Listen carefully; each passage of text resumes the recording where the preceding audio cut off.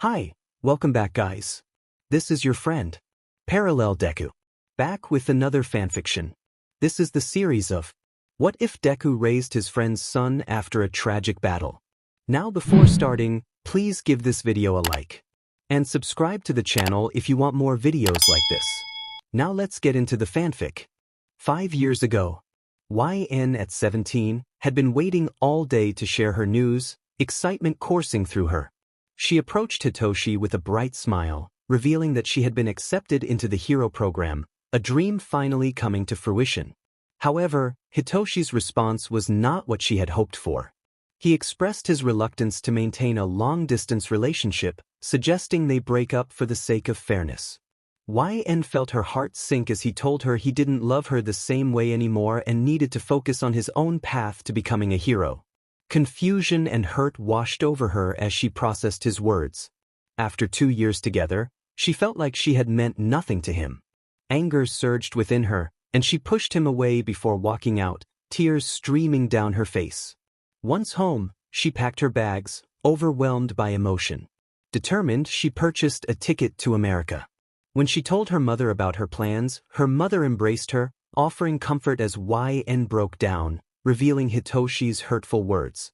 Her mother encouraged her to toughen up, reminding her that this journey was for herself, not for anyone else. YN needed to rise above the pain of the breakup.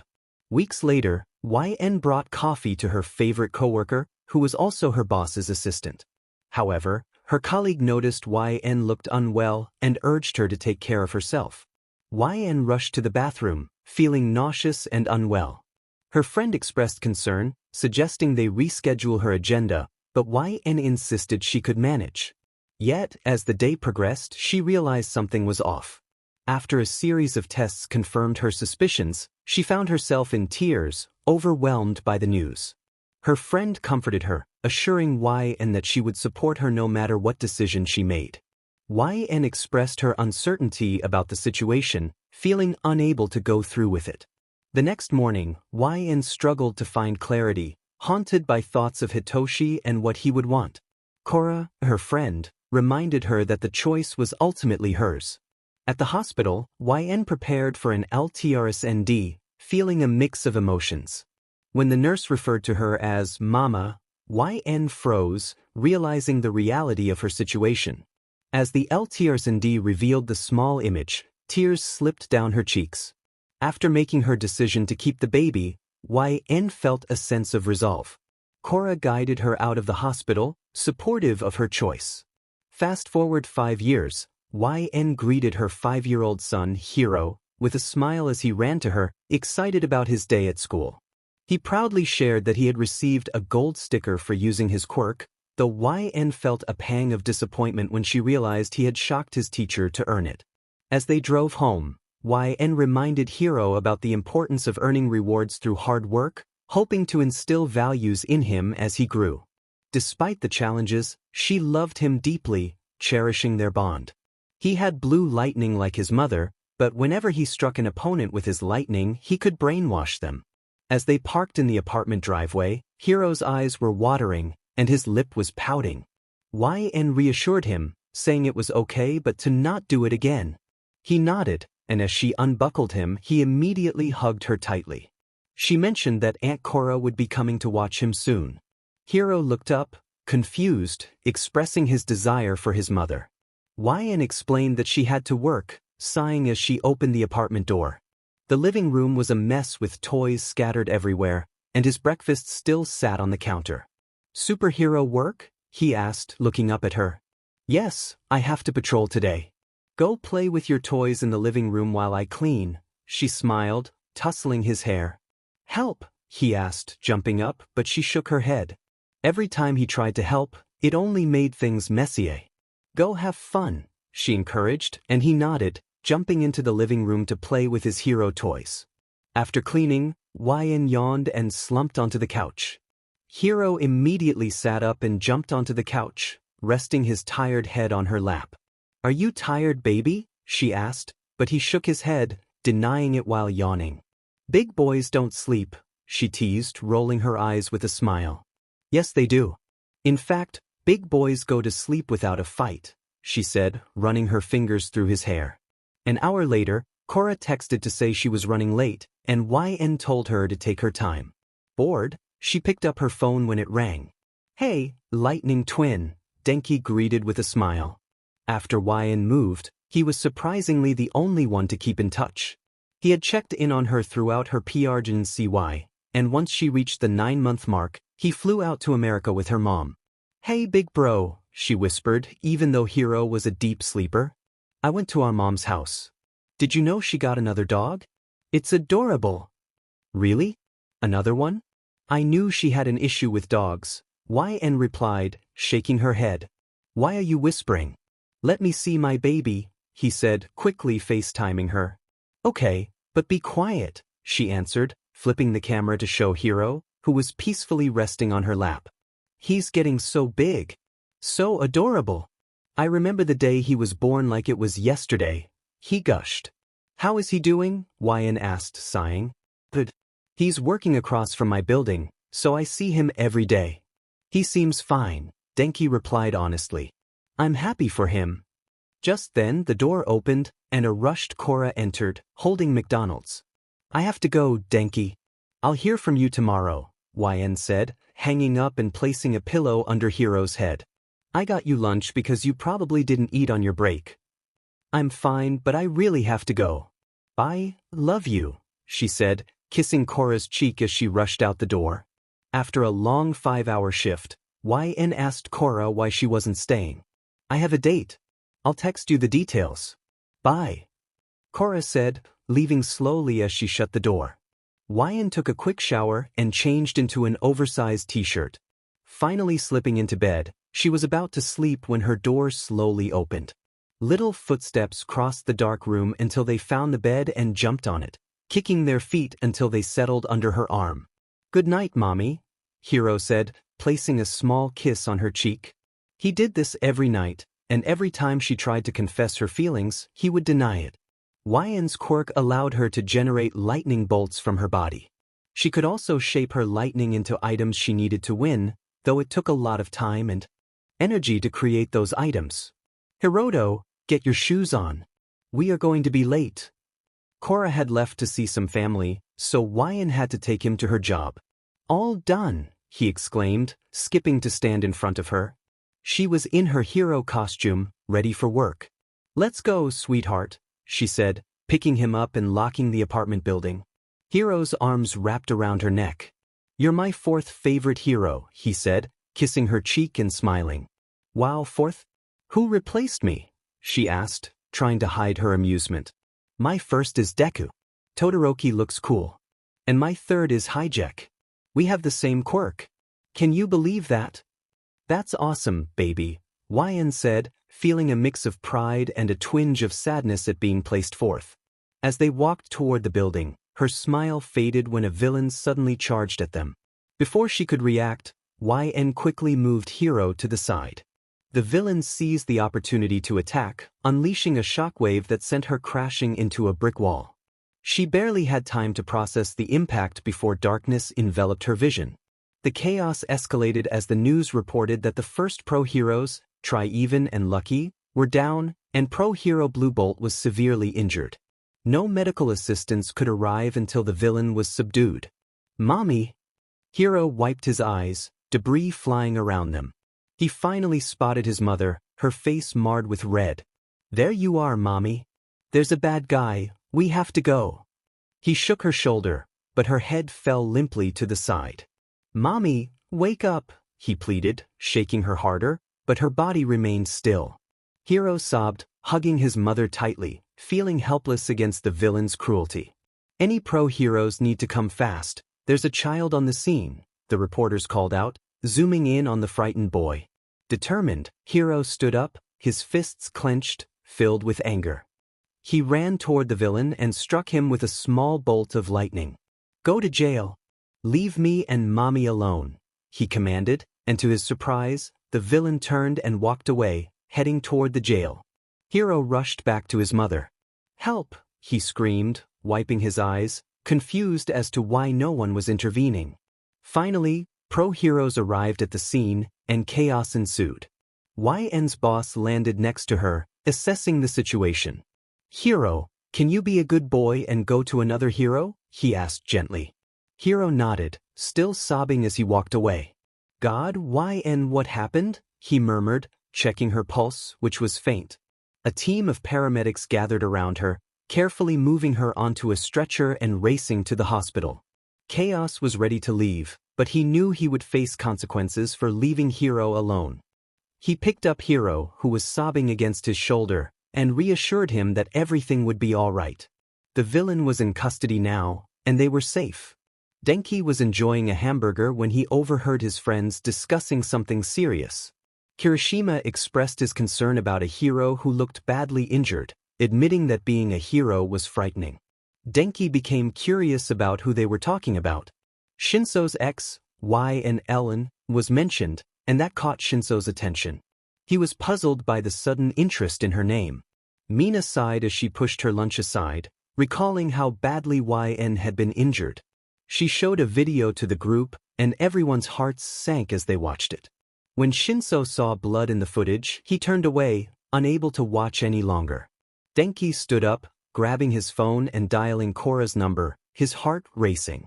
Kora was clearly upset as she spoke, and Denki's concern grew.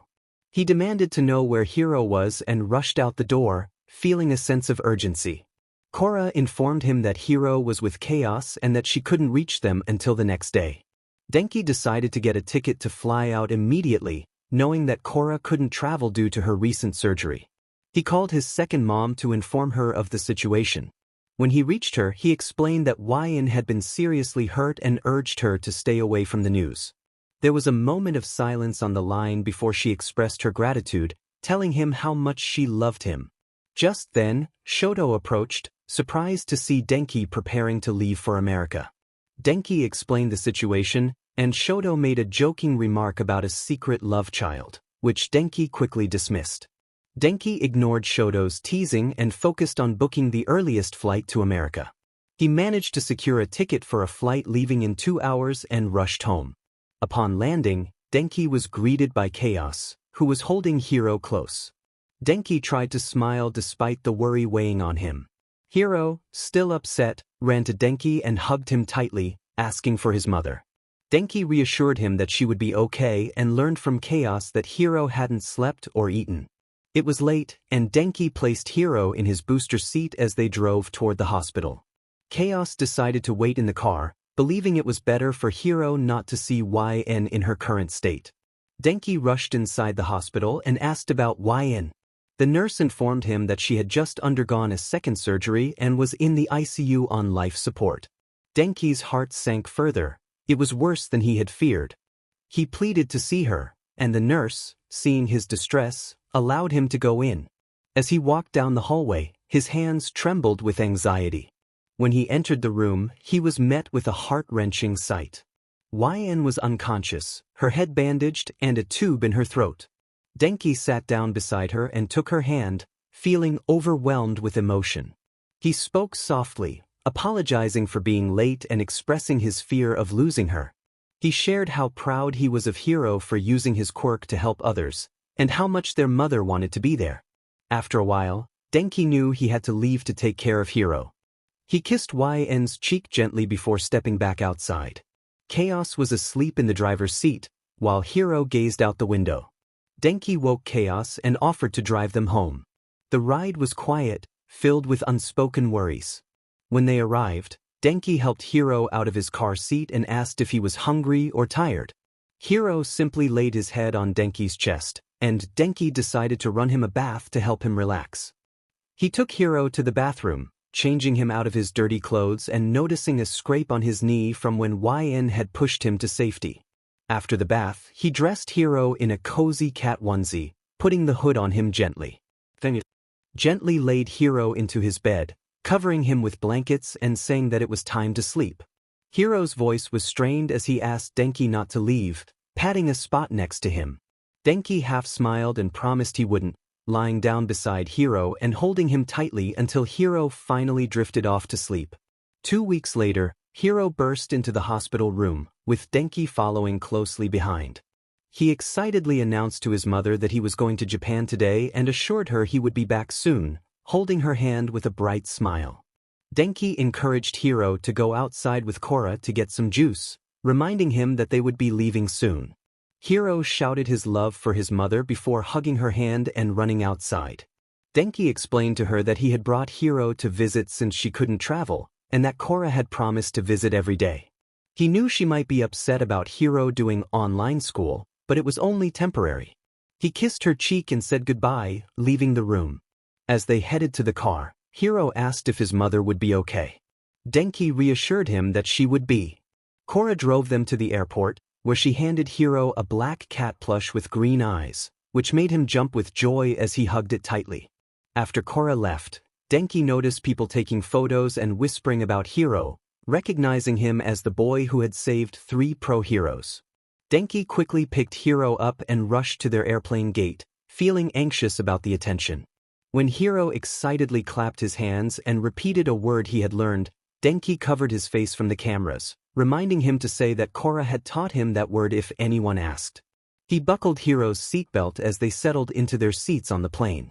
After a long flight, Denki struggled to carry the sleeping boy in one arm while trying to call Shoto for a pickup and locate their bags.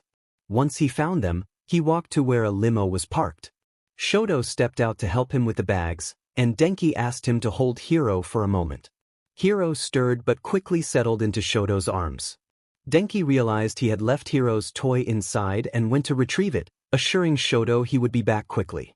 When Hiro woke up, he pouted, a few tears escaping as he realized he had been disturbed. Shoto gently asked if he was crying, and when Hiro looked up, he was surprised to see how much he resembled Shinso. Hiro's excitement grew when he recognized Shoto and he wrapped his arms around him. Shoto smiled and returned the hug. Denki returned just in time to hear Hiro ask if he knew all the heroes, to which Denki replied that he knew most of them and was friends with some. He handed the kitten toy back to Hiro. Once they arrived at Denki's apartment, he thanked Shoto again for the ride. Hiro walked nervously inside, unfamiliar with the new surroundings. Denki explained that his grandmother was likely sleeping since it was midnight, and he offered to make Hiro some ramen since he hadn't eaten much that day. Hiro ran to Denki's room and sat on the bed, playing with his toy. A few minutes later, Denki entered, wearing a smirk as he pulled out a Pikachu onesie. He explained that while he had an electrification quirk, he thought Hiro had the coolest power and would make a great hero. Denki helped Hiro change into the onesie, flipping up the hood and declaring him adorable, which made Hiro laugh as he jumped on him. After a quick meal, Hiro fell asleep on the couch. It was now 2 a.m. when Denki finished his noodles and carried Hiro to his bed, smiling as the boy clung to his arm before they both drifted off to sleep. The next day, Denki woke up to a stormy morning and noticed Hiro still sleeping on top of him. He gently pushed Hiro off and got ready for the day. When he returned from his shower, he found Hiro rubbing his eyes, looking sleepy and adorable. Denki found Hiro in his adorable Pikachu onesie, a sight that brought a smile to his face. He needed to take Hiro to his grandmother's house. Missing another day of work could cost him his job. Grabbing an umbrella, he helped Hiro into his kitten slippers and rushed them both inside. Once they arrived, Denki called out to his mother as he walked into the kitchen. She appeared, and Hiro jumped from Denki's arms to give her a warm hug. She greeted him with excitement, expressing how much she missed her grandson and how much he had grown. Denki quickly said goodbye, reminding her that he would be back to pick up Hiro soon. His mother suggested he grab some donuts on his way out and led Hiro to his old room. Denki changed into his pro-hero outfit, even though he anticipated a day filled with paperwork. Upon entering his building, he noticed it was unusually quiet. Curious, he dialed Kirishima's number to find out what was happening. Kirishima informed him that everyone was in the meeting room and that he was late. Apologizing for the delay due to dropping Hiro off, Denki hurried to the meeting room. When he arrived, everyone was already seated. He took his usual spot next to Todoroki, panting slightly from his rush. Bakugo, with his usual gruffness, scolded him for making them wait. The meeting began, focusing on strategies for major attacks and team coordination. It was a lengthy session, and Denki groaned as he prepared to shut his laptop after 2 hours. However, Ida interrupted him, emphasizing the importance of their planning for the pro-heroes who relied on them. Tokoyami announced he needed to leave for a mission with Hawks, and the others continued to brainstorm ideas and fill out emails for their agency. Suddenly, a phone rang, breaking the concentration in the room. Bakugo shouted for someone to answer it, prompting Deku to stand up and excuse himself to take the call.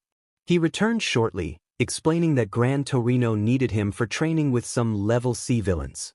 After 2 hours, Denki decided to leave, noting that only a few people remained. Momo mentioned that Mr. Fatgum had released them for the day. Denki was about to exit when Kirishima joined him, expressing concern about Denki's unusual behavior after a week-long break. Denki brushed it off, suggesting they hang out at his apartment, where he claimed to make great noodles. He hoped Hiro could stay with his grandmother a little longer. Kirishima asked if Bakugo could join them, and Denki agreed, looking forward to playing video games together. They arrived at the park to find Bakugo waiting with his arms crossed and a serious expression. As they walked to Denki's apartment, Kirishima joked about Aizawa's new class not being as manly as theirs, while Bakugo threatened to take care of any challengers. Once at the apartment, Denki asked Kirishima to open the door while he made a quick phone call. On the line was a familiar voice, and Denki inquired about a mutual acquaintance.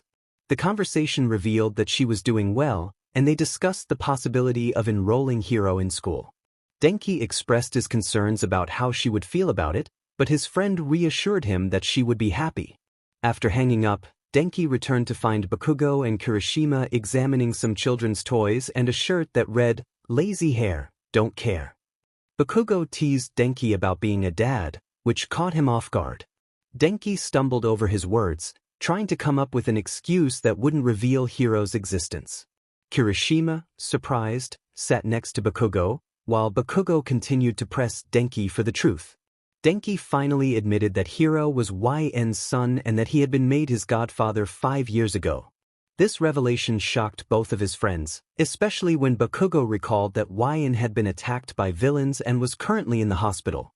Denki disliked discussing the fact that his best friend was currently in the hospital. Kirishima, curious, asked about the father, wondering why he had left her alone with the child. Denki suggested they talk about it later and proposed they play some games. Kirishima and Bakugo nodded and began the game. Bakugo shouted in frustration as they lost, expressing his anger at the situation. Kirishima playfully hit Bakugo's arm, urging him to calm down. Denki stood up, grabbing his jacket, and informed them that he needed to pick up Hiro. Kirishima and Bakugo remained on the couch, engrossed in their game. After Denki picked Hiro up, he noticed the child was tired and sniffly from his allergies. Denki smiled and wrapped Hiro in his sweater, telling him to go to sleep as they would be home soon. Hiro nodded slowly, resting his head against Denki's neck. Within minutes, he was fast asleep as Denki opened the door to his apartment, wincing at the sound of Bakugo yelling. Denki hoped to quiet them down, but Bakugo's frustration turned to surprise when he noticed the sleeping child in Denki's arms. The indigo hair was tousled and messy. Denki quietly carried Hiro to his room, tucking him under the covers before returning to the living area. Kirishima announced that they had ordered sushi, pointing to his favorite dish while he and Bakugo munched on theirs. After several rounds of gaming, Kirishima and Bakugo eventually left. Denki lay on the couch, scrolling through his phone, when he heard soft footsteps approaching. He greeted Hiro, who climbed onto the couch and laid his head in Denki's lap. Denki asked if he was hungry or wanted to do something, but Hiro simply stared at the wall, shaking his head. Denki sighed and gently lifted Hiro's chin to meet his gaze, noticing the sadness in his eyes that resembled his father's. Hiro admitted that he missed his mother. Denki reassured him, saying that she would wake up soon and that Korra had said she was doing well.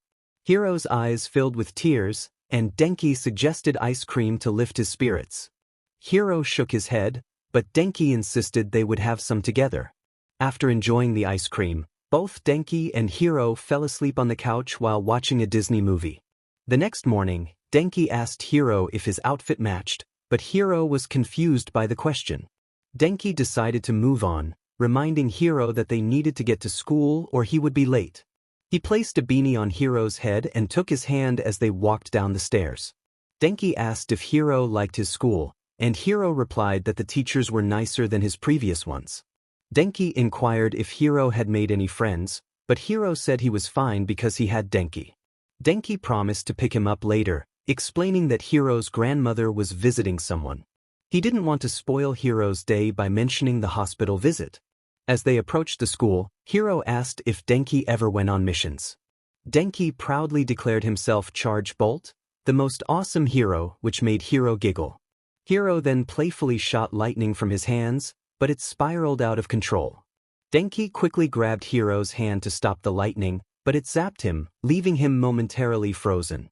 Hiro apologized, worried that he had upset Denki. Denki reassured him that it was okay, but he needed to be careful with his quirk. They shared a hug, and Denki encouraged Hiro to be good at school. Hiro nodded, adjusting his beanie as they walked toward the building. As Hiro entered the school, Denki reminded himself not to cry, but he felt emotional watching him go. Bakugo, Mina, and Kirishima, on their way to their agency, noticed Denki's teary eyes. Bakugo teased him about crying over kids going to school, while Mina expressed her surprise at seeing him like that. Denki brushed it off, saying he needed to leave early. 3 days later, Denki rushed into Hiro's room, startled by the lightning bolts flying around. He realized he needed help and called for Mr. Aizawa. Hiro, feeling unwell and exhausted, mumbled that he didn't feel good. Denki placed an ice pack on his forehead, but Hiro flinched at the cold. Hiro asked for his comfort toy, and Denki promised to find it. He called Kirishima, explaining that Hiro was sick and needed help. Kirishima assured him that he could handle it, having taken care of sick cousins before. Denki hung up after finding the stuffed toy and giving it to Hiro, hoping to comfort him during this tough time. Hiro opened his arms, and Denki rolled over in bed to give him a hug. After a few minutes, there was a knock on the door. Ever since Hiro had fallen ill, he had been unable to sleep. Denki sighed, noticing Hiro's fever seemed to be worsening, and stood up to answer the door. Kirishima entered, holding pizza and candy. He greeted Denki cheerfully, but Denki quickly explained that Hiro was too sick for treats and asked for advice on what to do. Kirishima asked if Denki had a thermometer. Feeling foolish for not thinking of it, Denki rummaged through his drawer and found one. They both headed to the only room in the apartment, with Denki cautiously checking to ensure Hiro's quirk wasn't active. Hiro lay in bed, his eyes half closed and panting. He expressed his discomfort, prompting Denki to rush to his side and place the thermometer in his mouth. Kirishima's expression shifted to concern as he observed Hiro's condition. Denki gasped as he read the thermometer, noting the high temperature. He quickly informed Kirishima and asked for help. Kirishima nodded and went to the fridge to grab an ice pack. He handed the ice pack to Denki and instructed him to fetch a bowl of ice water and a towel. As Kirishima placed the ice pack on Hiro's head, Hiro flinched from the cold, shivering slightly. Kirishima reassured him that it was necessary for his recovery. Hiro looked up, acknowledging the unfamiliar voice with a nod. Denki returned with the requested items, and Kirishima soaked the towel in cold water before placing it on Hiro's forehead. He encouraged Hiro to try to take a nap and assured him he would be right outside if he needed anything. Kirishima then pulled Denki into the living room. In a moment of surprise, Kirishima revealed that YN had Shinso's child. Denki explained the situation, detailing how YN had discovered her PR Jinsui after Shinso left for America and how she had confided in him weeks later.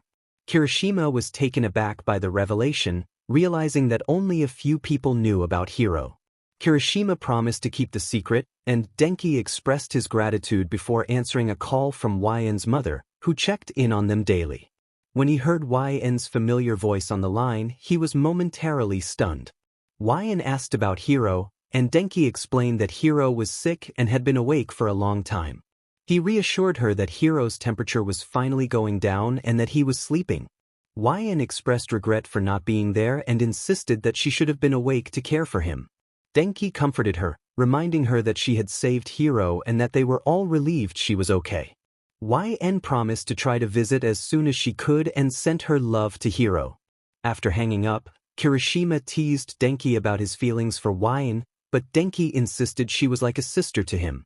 Kirishima returned to the room to check on Hiro, who was awake and wanted Denki. Denki sighed, realizing he had only just settled down for a moment. He walked back to Hiro's side, where he found tears streaming down the young boy's face. Denki comforted him, running his hand through his tangled hair and noting that his fever was going down. Kirishima entered with tea and medicine, asking Hiro to sit up. Hiro complied and introduced himself to Kirishima, who greeted him warmly. Hiro grimaced at the taste of the medicine but felt comfortable enough to lay his head on Kirishima's lap, closing his eyes. Denki watched, feeling a twinge of jealousy as Kirishima admired Hiro's features. Kirishima eventually dozed off, leaving Denki on the couch, where he called YN again. They discussed her recovery and her plans to move to Japan, which excited Denki. YN expressed her longing to see Hiro and thanked Denki for taking care of him. Denki reassured her that it hadn't been easy but that he was managing. They shared a moment of connection, both grateful for the bond they had formed through their shared experiences. But to be honest, YN wasn't sure if she was glad or not. She didn't know what she would do without her little man. Denki jumped back on the couch, wrapping himself in the fuzzy blanket. He expressed that he felt like a messed-up person. He had promised himself he would tell Hitoshi about YN's PRGSY when she was 8 months along. Now, with their son Hiro being 5, he wondered how one could even approach such a conversation. YN reassured Denki that he wasn't messed up. She understood why she hadn't told Hitoshi. He had made her feel like she didn't matter, leading her to believe that Hiro would be a distraction for him. Whatever decision she made, Denki would support her. YN sighed and nodded, feeling the weight of her uncertainty. She contemplated telling Hitoshi, though she felt nervous about it. As the night went on, YN and Denki talked, sharing laughter and tears, catching up on life until Denki finally fell asleep around 2 a.m. After the phone call with Denki, YN fell asleep. Nurses came in every 5 hours to check her vitals and ensure she was all right. She had insisted her mom go home to pack some of their things. When Cora entered the room, she smiled and greeted YN. It was now 10 a.m., and YN was feeling bored in bed. Cora offered to take her for a roll down the hall, and YN eagerly agreed. Cora helped her into a wheelchair, despite YN still having bruises from her time in a coma. Cora mentioned that she had heard YN wanted to move back to Japan. YN considered it, thinking it would be better for Hiro and also more affordable. Being a young mother had its challenges, and even at 22, she remembered the struggles she faced 5 years ago when Hiro was a newborn. She had only worked for 7 months before going on maternity leave and hadn't earned enough to last long. Thankfully, things had improved, and she was now able to provide for them. Cora expressed her happiness for YN, believing that moving would benefit both her and Hiro. She playfully suggested that Hiro could become a hero one day if he played his cards right. YN smiled, feeling the warmth of the sunlight streaming through the windows. As they made their way back to the room, YN felt a bit uneasy about being seen by others in the hospital. Cora helped her back onto the bed, and YN groaned at the effort it took. It felt strange. She had expected to feel better after waking from a coma, but her muscles ached, and the urge to sleep lingered. The nurses brought her a tray of easy-to-eat food, including jello, mashed potatoes, and a cup of water. Cora informed YN that her mom was touring America and hadn't visited since Hiro was 3. YN smiled at the thought of her child's name and took a bite of the potatoes. 30 minutes later, YN felt unwell and emptied the contents of her stomach. Cora rubbed her back while trying to call for a nurse. The nurse rushed in, placing a trash can on the floor as YN felt lightheaded. The nurse quickly went to get a doctor, who arrived and assessed YN. He took her arm and inserted a needle. YN asked if she could take a nap, and the doctor chuckled, reassuring her that she was just dehydrated and they hoped to avoid putting her on a feeding tube again. YN nodded and let sleep take over. 2 days later, Denki asked Hiro if he was ready for school while rubbing his tired eyes and handing him a juice box. Hiro, with his wet indigo hair bouncing, eagerly asked if he could speak to his mommy again. Denki told him that she was supposed to come home from the hospital that day, trying to hurry down the stairs so they wouldn't be late. At Hiro's school, he bid farewell to Denki with an "I love you," and Denki returned the sentiment. Hiro entered the classroom, bowing to his teacher before heading to his usual seat in the back. A boy in class teased him about his hat, questioning if his quirk made his head look ugly. Hiro asked him to leave him alone, feeling self-conscious. The boy then slapped his hand on Hiro's head, causing a sting and drawing the attention of their classmates. Their teacher, annoyed, intervened and asked what was happening. Hiro explained that the boy had hit him, while the boy denied it.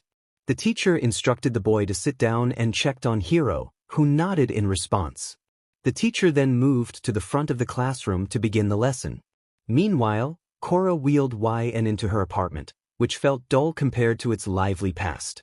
YN expressed how much she missed Hiro and her desire to see him soon, planning a visit for Saturday, even though it was only Wednesday. Korra reminded her that she couldn't travel yet, as she struggled to stand on her own. Determined, YN insisted that practice makes perfect and asked for Korra's help. She gripped the bed and attempted to stand, but fell forward. Korra laughed gently, helping her up again and encouraging her to practice walking around the room before taking a break. Denki felt relieved to have the rest of the week off as he left the building. The pro heroes were meeting for the week, giving the interns a break. Momo jumped up, with Jairu and Ojiro following her. She asked what everyone planned to do on their off days. Kirishima sighed, imagining his perfect day, saying he would hit the gym and relax. Bakugo pushed his way next to Kirishima and Denki, declaring his presence with a typical gruffness.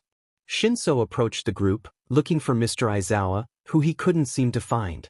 Deku smiled and informed Shinso that Aizawa was at the elementary school helping the teachers. Kirishima attempted to tease Bakugo about the school, but Bakugo quickly silenced him, ripping his hand away and yelling in frustration. Denki, panting to keep up with Shinso, insisted that today was supposed to be Shinso's day off and that Aizawa wouldn't be upset if he took a break. Shinso, determined to help, questioned why Denki was following him. Denki sighed before darting ahead. When he reached the school, he was out of breath, while Shinso continued to walk calmly, casting a curious glance at Denki. Hiro, a young boy, approached Denki and grabbed his leg, excitedly greeting him. Denki encouraged Hiro to hurry as he guided him away from Shinso's direction toward his apartment. Denki asked Hiro if he wanted to talk to his mom, and Hiro eagerly nodded, jumping up the stairs. Denki opened the door, and Hiro sat patiently on the couch until he received the phone. He giggled with excitement when he heard his mother's voice. They chatted for 2 hours until Hiro grew tired and fell asleep on the couch. Denki carried him to his bed, and just then, his phone rang. He answered quickly, only to find Shoto on the line, asking if he wanted to hang out. Denki sighed, explaining that he needed a babysitter and would call back. He nervously asked Shoto if he was busy, to which Shoto replied he was not. Denki then asked if Shoto could watch Hiro, biting his tongue in anticipation. Shoto agreed but requested that Denki drop Hiro off at his house, promising to send the address. Denki smiled and called Kirishima back, sharing the news that Shoto could babysit and confirming who would be joining them. 5 minutes later, Denki managed to get Hiro in the car and drove to the Todoroki household. Upon arrival, Shoto stood in the front yard, arms crossed. Denki quietly asked where to place Hiro, holding him like a baby. Shoto took Hiro from him, and Denki waved goodbye as Shoto went inside. Fuyumi squealed in delight at the sight of the sleeping child in Shoto's arms. Shoto gently hushed her, bringing Hiro to his room and shutting the door after laying him down. Fuyumi praised Shoto for babysitting, and he smiled, noting that he often visited her despite having his own apartment. Natsuo entered, joking about sending their father to a nursing home, which earned him an eye roll from Fuyumi. Shoto chuckled at their banter before announcing he would be training and asking them not to wake the child. Time passed, and on Saturday, Denki thanked Kirishima, who was relaxing on the couch. He reminded Kirishima that if Hiro woke up, he was usually quiet, but if he was moody, turning on a movie would help. Denki excitedly dashed out the door, heading to the airport. Once there, he bounced nervously on his legs until his best friend surprised him from behind, causing him to spin her around with joy. YN's mom arrived with all their bags, as YN was staying with Denki. her mom's one-person apartment was too cramped, especially with her pets. Denki helped YN into the back seat, and she smiled, saying she missed him. He returned the sentiment, flicking her forehead playfully as he waited for her mom to get in the car. YN eagerly mentioned her excitement to see Hiro, and Denki confirmed that Kirishima was at the apartment watching him, likely asleep. After dropping off YN's mom, they decided to stop for sushi, both feeling hungry. Denki returned with a large bag of food, explaining he had received it for free after chatting with a girl, which made them both laugh. Denki struggled to climb the stairs with YN on his back, finally reaching the top step and opening the apartment door. Kirishima greeted them with a smile, helping YN off Denki's back and pulling her into a hug. Denki, exhausted, announced he had brought Kirishima's favorite sushi and sat down to eat. YN walked slowly to the only room in the apartment, where Hiro lay sleeping, his soft hair tousled across his face. She smiled and sat beside him, gently running her hand through his hair. Leaning closer, she whispered that she was there, kissing his cheek. Hiro stirred, his dim indigo eyes fluttering open as he recognized her. He immediately wrapped his arms around her neck, hugging her tightly. YN returned the embrace, feeling the warmth of their reunion as Hiro exclaimed how much he had missed her. He never pulled back from the hug and asked how YN was enjoying her time there. Hiro smiled and replied that he really liked it. They laid in bed chatting until Denki burst in, greeting them cheerfully and jumping on top of them. YN playfully complained that Denki was smushing them, but he insisted he was comfortable. Denki then announced that Hiro's afternap juice was ready, just how he liked it, which made YN laugh at Denki's enthusiasm. When Denki expressed confusion over the term afternap juice, YN explained that Hiro was just like his father, who had separated from her. Hiro looked a bit confused but seemed to understand. Hiro then asked Denki if he was more awesome, to which Denki enthusiastically agreed, lifting Hiro off YN and spinning him around. Hiro then asked if they could go to the park, and Denki confirmed that they could, looking to YN for her approval. She nodded, mentioning that her ankle was feeling better after resting. Hiro grabbed her hand to help pull her up, and Denki quickly gathered some clothes for Hiro: a white hoodie, black sweatpants, and a gray beanie. Once Hiro was dressed, YN ran her hand through his hair and put on the beanie. Denki hoisted Hiro onto his shoulder as they made their way down the stairs, with YN trailing behind due to her sore legs. As they walked, Denki and Hiro sang a cheerful song, and YN laughed as Denki playfully bumped his shoulder into her. After arriving at the park, YN and Denki sat on a bench while Hiro ran around the playground. YN's attention was caught by an ice cream store, and she decided to get ice cream for everyone. Denki asked what flavor Hiro wanted, and after some indecision, Hiro settled on cookie dough with rainbow sprinkles. YN teased Denki about his constant change of mind, giving him a playful shock of electricity in response to his mock complaint. Denki expressed that he felt the need to release all his energy, which made YN a bit nervous. She reassured him that she wouldn't do anything reckless and mentioned she might start training again the next day. Denki firmly opposed the idea, reminding her that she had just woken from a long recovery. YN acknowledged his concern but noted that her scars were healed, just her legs were sore. Denki suggested she start looking for an agency, and YN thanked him before running off to get the ice cream. After enjoying their treats, they headed home. Denki's bed was quite spacious, and YN had often sought comfort from him during her PRDY, so sharing a bed felt natural. They settled in for the night, with YN on one side, Denki on the other, and Hiro nestled in the middle. The next morning, YN greeted Denki cheerfully while flipping pancakes. Hiro, still half asleep, munched on a pancake.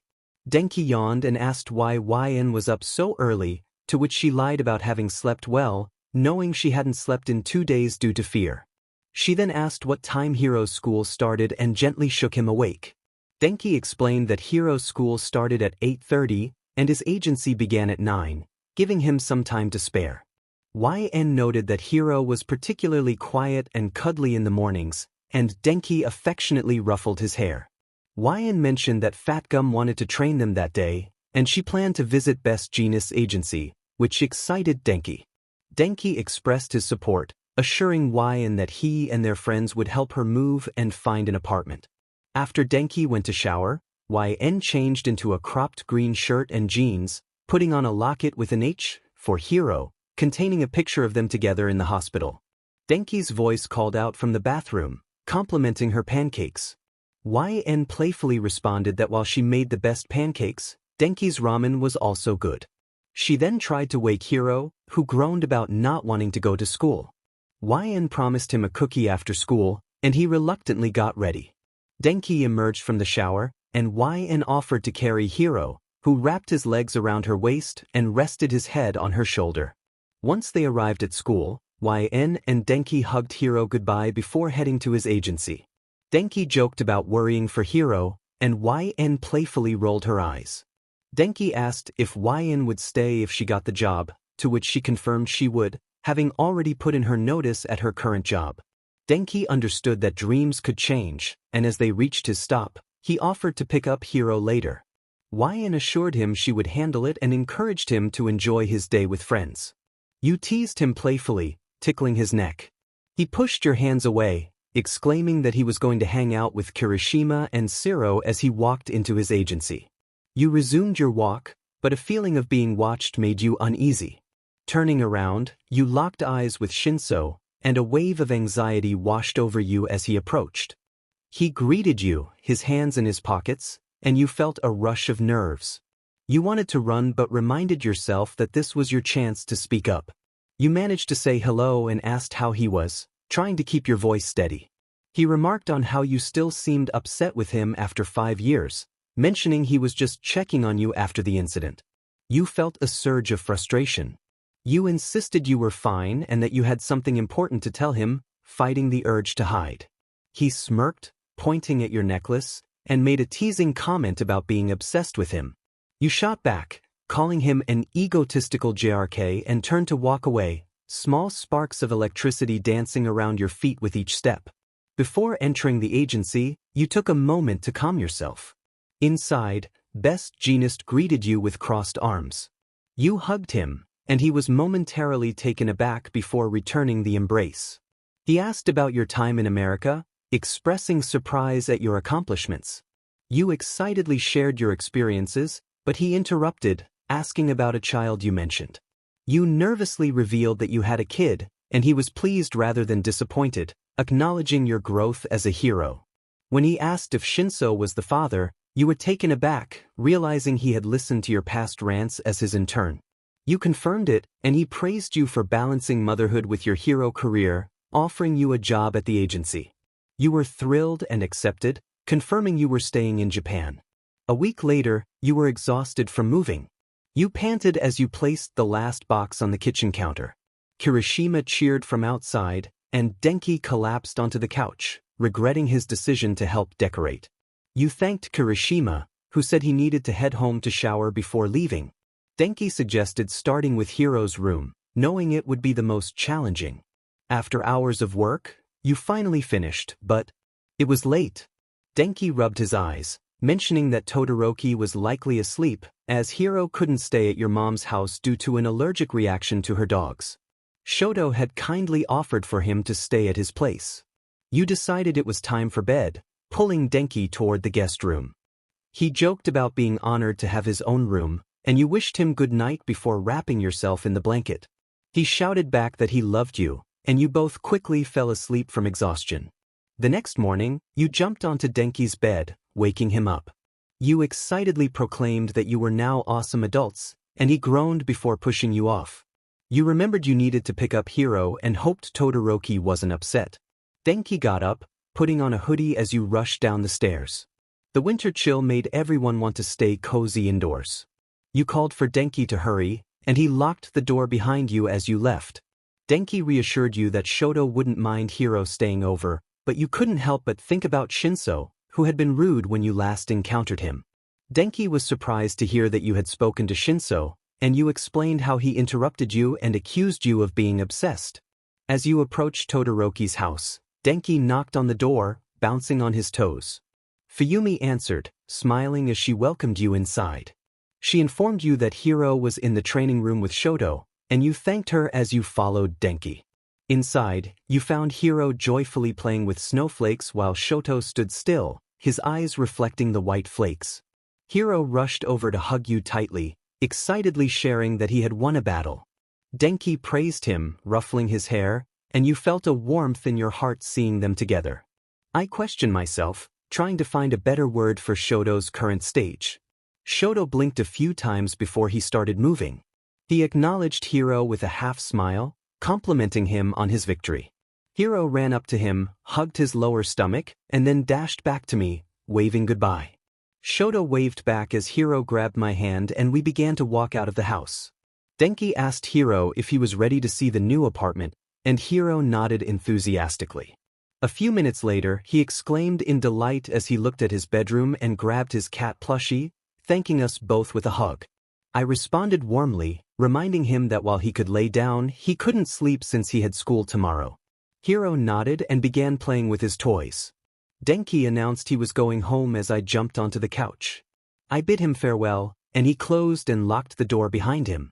I decided to find something romantic to watch and scrolled through the options. 30 minutes later, I turned off the TV, noticing Hiro watching from the edge of the hallway with wide eyes. He climbed onto the couch next to me, curious about what he had seen. I realized I wasn't ready to have that conversation with a 5-year-old. He still needed to enjoy his childhood. Hiro mentioned something about nap time, and I playfully picked him up and spun him around. He insisted he wasn't sleepy and suggested making cookies. I handed him sugar in a measuring cup, and he focused intently on pouring it into the bowl, proudly declaring he had only spilled a little.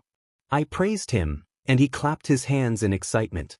Looking at the deflated, mushy cookies, I suggested we just order some from the store, and he laughed, wiping flour off his face. 4 days later, Bakugo charged at me, ready to unleash an explosion. When the dust settled, he found an empty spot where I had been. Suddenly, a wave of lightning surged, sending him reeling to the ground, his blonde hair now streaked with black. I teased him about being more mindful of his surroundings as he struggled to stand up. Best Jeanist entered the room, announcing a 10-minute break before we resumed training. Meanwhile, on the playground, Hiro was swinging happily when he felt someone behind him. Before he could react, his beanie was snatched off. He jumped off the swing and confronted the boys, demanding they return it. One of them threw it over a tall fence using his wind quirk. Hiro, feeling frustrated, used his own quirk to shock them both, insisting they retrieve his hat. As the boys climbed the fence, their teacher yelled at them to come down, but they continued. The teacher, noticing their blank expressions, rushed to Hiro, demanding he release them from his control. Hiro stubbornly refused, insisting they were just getting his hat back. The teacher quickly called for help, and Aizawa arrived just in time to intervene. Aizawa used his scarf to bring the boys down safely, and Hiro's quirk deactivated as Aizawa approached him. Hiro, feeling defiant, claimed he hadn't done anything wrong. When Aizawa asked for his last name, Hiro turned away, answering with attitude. Aizawa noted the resemblance between Hiro and his intern, Jayak, as they entered the principal's office. Meanwhile, I sat in the office with Bakugo, feeling bored. My phone rang, and I answered without checking the number. The voice on the other end identified herself as someone from the school, asking if I was Hiroto's mom. My heart raced with concern when I learned he had been involved in an incident and used his quirk on someone. Wyan hung up the phone and stuffed it in her pocket as she stood up. Bakugo, curious, asked what had happened. She explained that Hiro had gotten into trouble while packing her things. Bakugo, feeling bored, decided to join her as they headed out. After thanking Best Jeanist, who allowed them to leave, they hurried towards the school. Wyan mentioned that Hiro had used his quirk on someone, just as Denki approached them, having received a call from the school. He jokingly suggested that Bakugo and Wyan act as Hiro's parents, to which Bakugo reacted strongly, while Wyan laughed at their reactions. As they entered the school building, Denki expressed disbelief that Hiro had gotten into trouble. Wyan fidgeted nervously as they approached the office. A lady greeted them, asking if they were Mr. and Mrs. Kaminari. Denki quickly clarified that Bakugo was Wyan's boyfriend, earning a glare from Bakugo. They were directed to the principal's office, and as they entered, They were met with a stern gaze from Mr. Aizawa. YN took a seat next to Hiro, while Denki sat beside them and Bakugo stood nearby. Aizawa opened a file and inquired about the situation. He revealed that Hiro had used his brainwashing quirk on 2 students. Denki attempted to lighten the mood with a joke, but Aizawa remained serious. YN, concerned, asked Hiro why he had acted out, knowing he was not the type to misbehave without reason. Hiro explained that some kids had thrown his hat over the fence, and he didn't want to disappoint YN and Denki by taking it off. Aizawa informed them that Hiro would be suspended for 4 days. Bakugo protested, arguing that the other kids had bullied Hiro and he only wanted his belongings back. Aizawa acknowledged Bakugo's concern but stated that Hiro had endangered other students, offering to reduce the suspension to 3 days. Grateful, YN thanked the principal and stood up with Denki. She helped Hiro off the couch, and as they left, Aizawa startled them by calling out. Denki casually greeted him, commenting on Aizawa's appearance. Hiro, feeling shy, hid behind YN and asked if Aizawa was a stranger. YN reassured him, patting his head. Aizawa, sensing something was off, questioned YN about Hiro's parentage, suspecting that Hitoshi was involved. YN felt the weight of Aizawa's gaze as he pointed out the similarities between Hiro and Hitoshi. Aizawa pressed for answers, and YN explained that Hitoshi didn't know about Hiro. Aizawa's stern demeanor made YN tear up as she recounted how she had kept Hiro's existence a secret, fearing that Hitoshi would see him as a distraction. She expressed her frustration about Hitoshi's workaholic nature and how it had affected their relationship. Aizawa listened, placing a hand on her shoulder, acknowledging her struggles. YN promised to tell Hitoshi about Hiro, but Aizawa warned her that it might not be easy to keep it a secret forever. He agreed to let her get to know Hiro better, and YN smiled, grateful for the opportunity. They discussed plans for the next day, and YN reassured Aizawa that Hitoshi wouldn't be home on Fridays, easing some of his concerns. Eri was 12 and liked kids. YN hesitantly nodded her head, mentioning that she had to leave for a family dinner that evening. Denki laughed, taking a bite of his ice cream. He teased YN, saying she was in trouble. YN tried to cheer Hiro up, who was feeling down, but he refused ice cream. Concerned, YN ran her fingers through his hair, asking if he was okay. Hiro, with his big puppy dog eyes, asked if they could take a nap. Denki and YN exchanged glances, unable to resist his pleading look. They settled together, and Hiro soon fell asleep on their laps. Denki remarked that Hiro always managed to tire them out. YN whispered that if she were his age, she would use her quirk to get whatever she wanted. Denki agreed, noting that Hiro was well-behaved despite having a quirk. Denki suggested they go out the next day since Aizawa wanted to spend time with Hiro. YN was excited and insisted they make it the best night ever. They linked pinkies to seal the deal. YN jokingly wondered if Aizawa was like a grandpa to Shinso, making Denki gasp at the thought. YN reassured him that Aizawa wouldn't share that with Eri. Denki exaggerated about how exhausting being an adult was, while YN poked Hiro's cheek playfully. Denki claimed to be older, but YN reminded him that he was barely an adult. They both laughed, and Denki started a movie to help YN relax. The next day, Denki mentioned he could take Hiro to work with him since YN had patrol duty. YN hesitated, but Denki insisted it would be fun. She agreed and went to say goodbye to Hiro, kissing his cheek and stroking his hair. Denki waved as he chewed on a strawberry, reminding YN not to forget their jackets. After a long walk to the agency, YN spotted Bakugo leaning against a wall, engrossed in his phone. She greeted him, and he rolled his eyes, mentioning that Genist wanted them to train before patrol. YN laughed, teasing Bakugo about being a morning person. He shouted that he wasn't a baby, and they headed to the training room. After training, they changed into their hero costumes and met on the first floor, ready for patrol. Meanwhile, at Fatcom's agency, Hiro was fascinated by Kirishima's sharp teeth while drawing on a piece of paper. As he noticed Kirishima and Denki focused on their work, he quietly slid off Kirishima's lap to find something fun to do. Hiro clapped his hands, excitedly going through the opening and closing doors. After a while, he spotted a gray cat eating bread left for pigeons. He tried to imitate the cat, but it ran away. Just then, a cheerful voice asked if he was alone. Hiro turned to see a girl with pink hair. She introduced herself and offered to help him find his parents. Hiro hesitated, recalling Denki's advice about strangers, but he was drawn to her friendly demeanor. He hugged her, excitedly mentioning his uncle Denki. The girl recognized Denki and assured Hiro that she would take him to him. Denki, feeling hungry, stretched and suggested they get lunch. He wondered if Hiro was still sleeping. Kirishima teased him, and Denki grew concerned when he realized Hiro was missing. They started looking for him, worried about where he could have gone. Denki decided to check Fatgum's office, running up the stairs in search of Hiro. Kirishima approached the security guard stationed by the stairs, asking if he had seen a little boy who was 3 feet 1 inch tall with dark purple eyes and wearing a bunny beanie. The security guard apologized, stating that he had just arrived and hadn't seen any child. Denki returned down the stairs, panting and running his hand through his hair, expressing his frustration that he had checked all the offices and Hiro was not there. He insisted they needed to call the police. Kirishima hesitated, questioning if it was necessary, but Denki explained the urgency, fearing that a villain might have taken Hiro, who had always trusted him. Just then, a little voice cried out for his mother, and they turned to see Hiro racing towards YN after dropping from Mina's shocked arms. YN bent down to greet him with a kiss on the cheek, but then noticed the astonished expressions on the faces around her. Mina's mouth dropped open, while Denki and Kirishima looked equally surprised.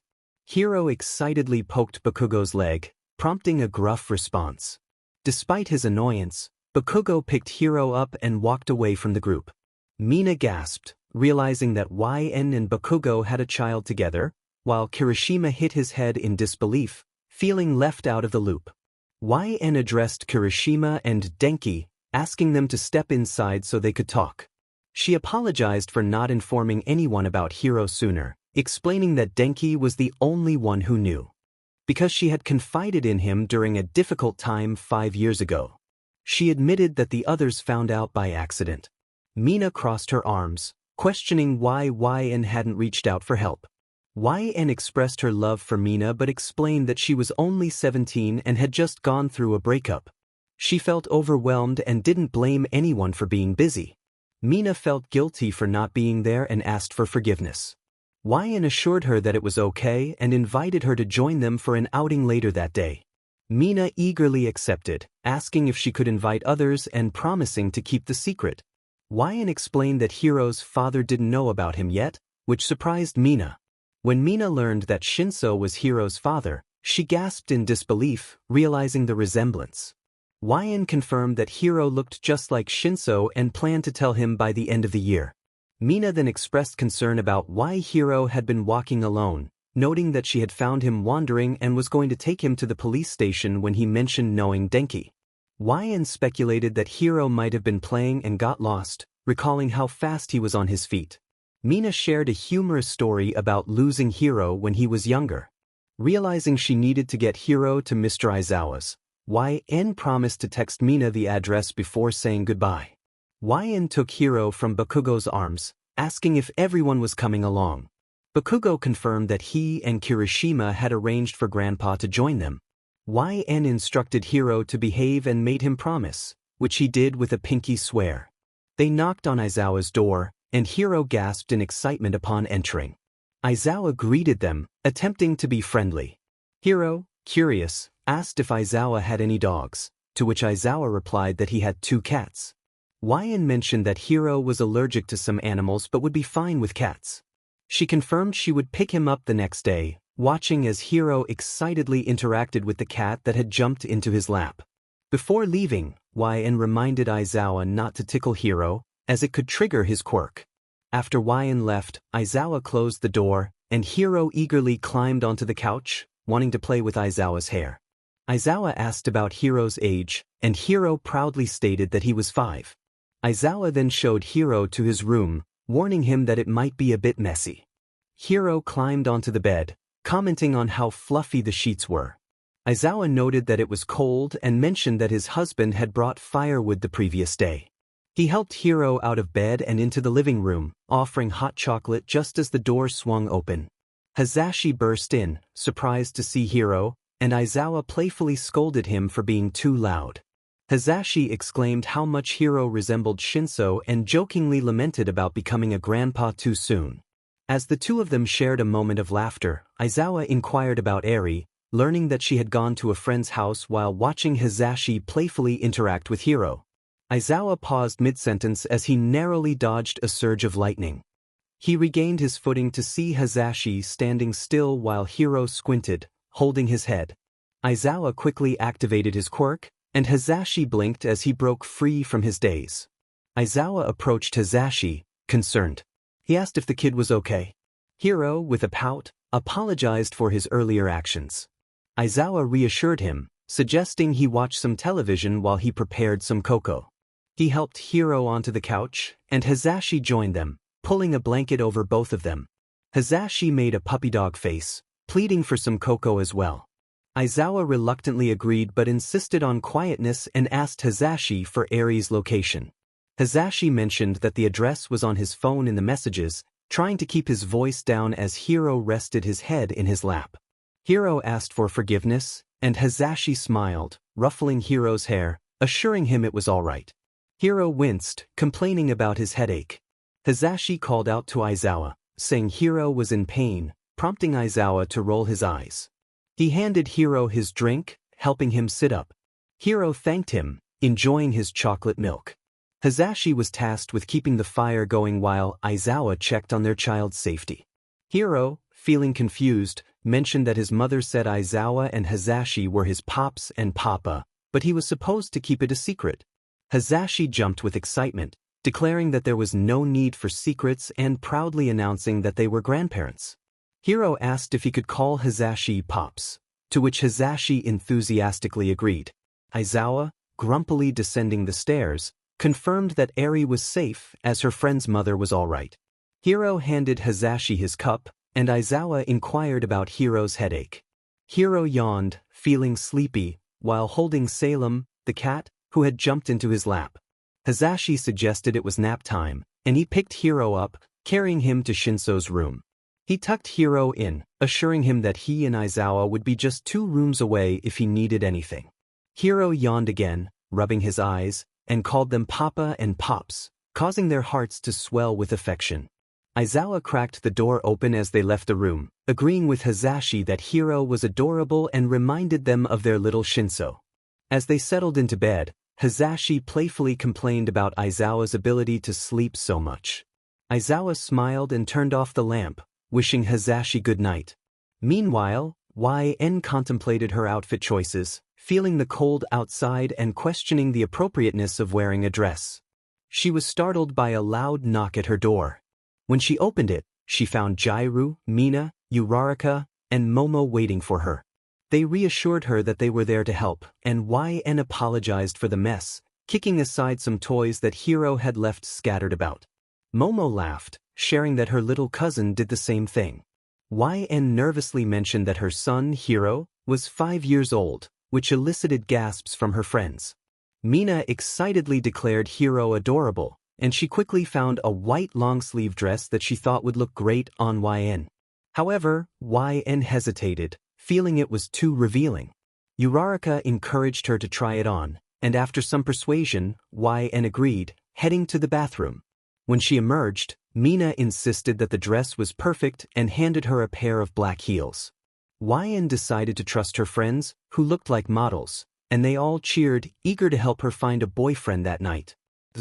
Prepared to leave, Tsu asked if everyone was ready, showcasing her beautiful green dress.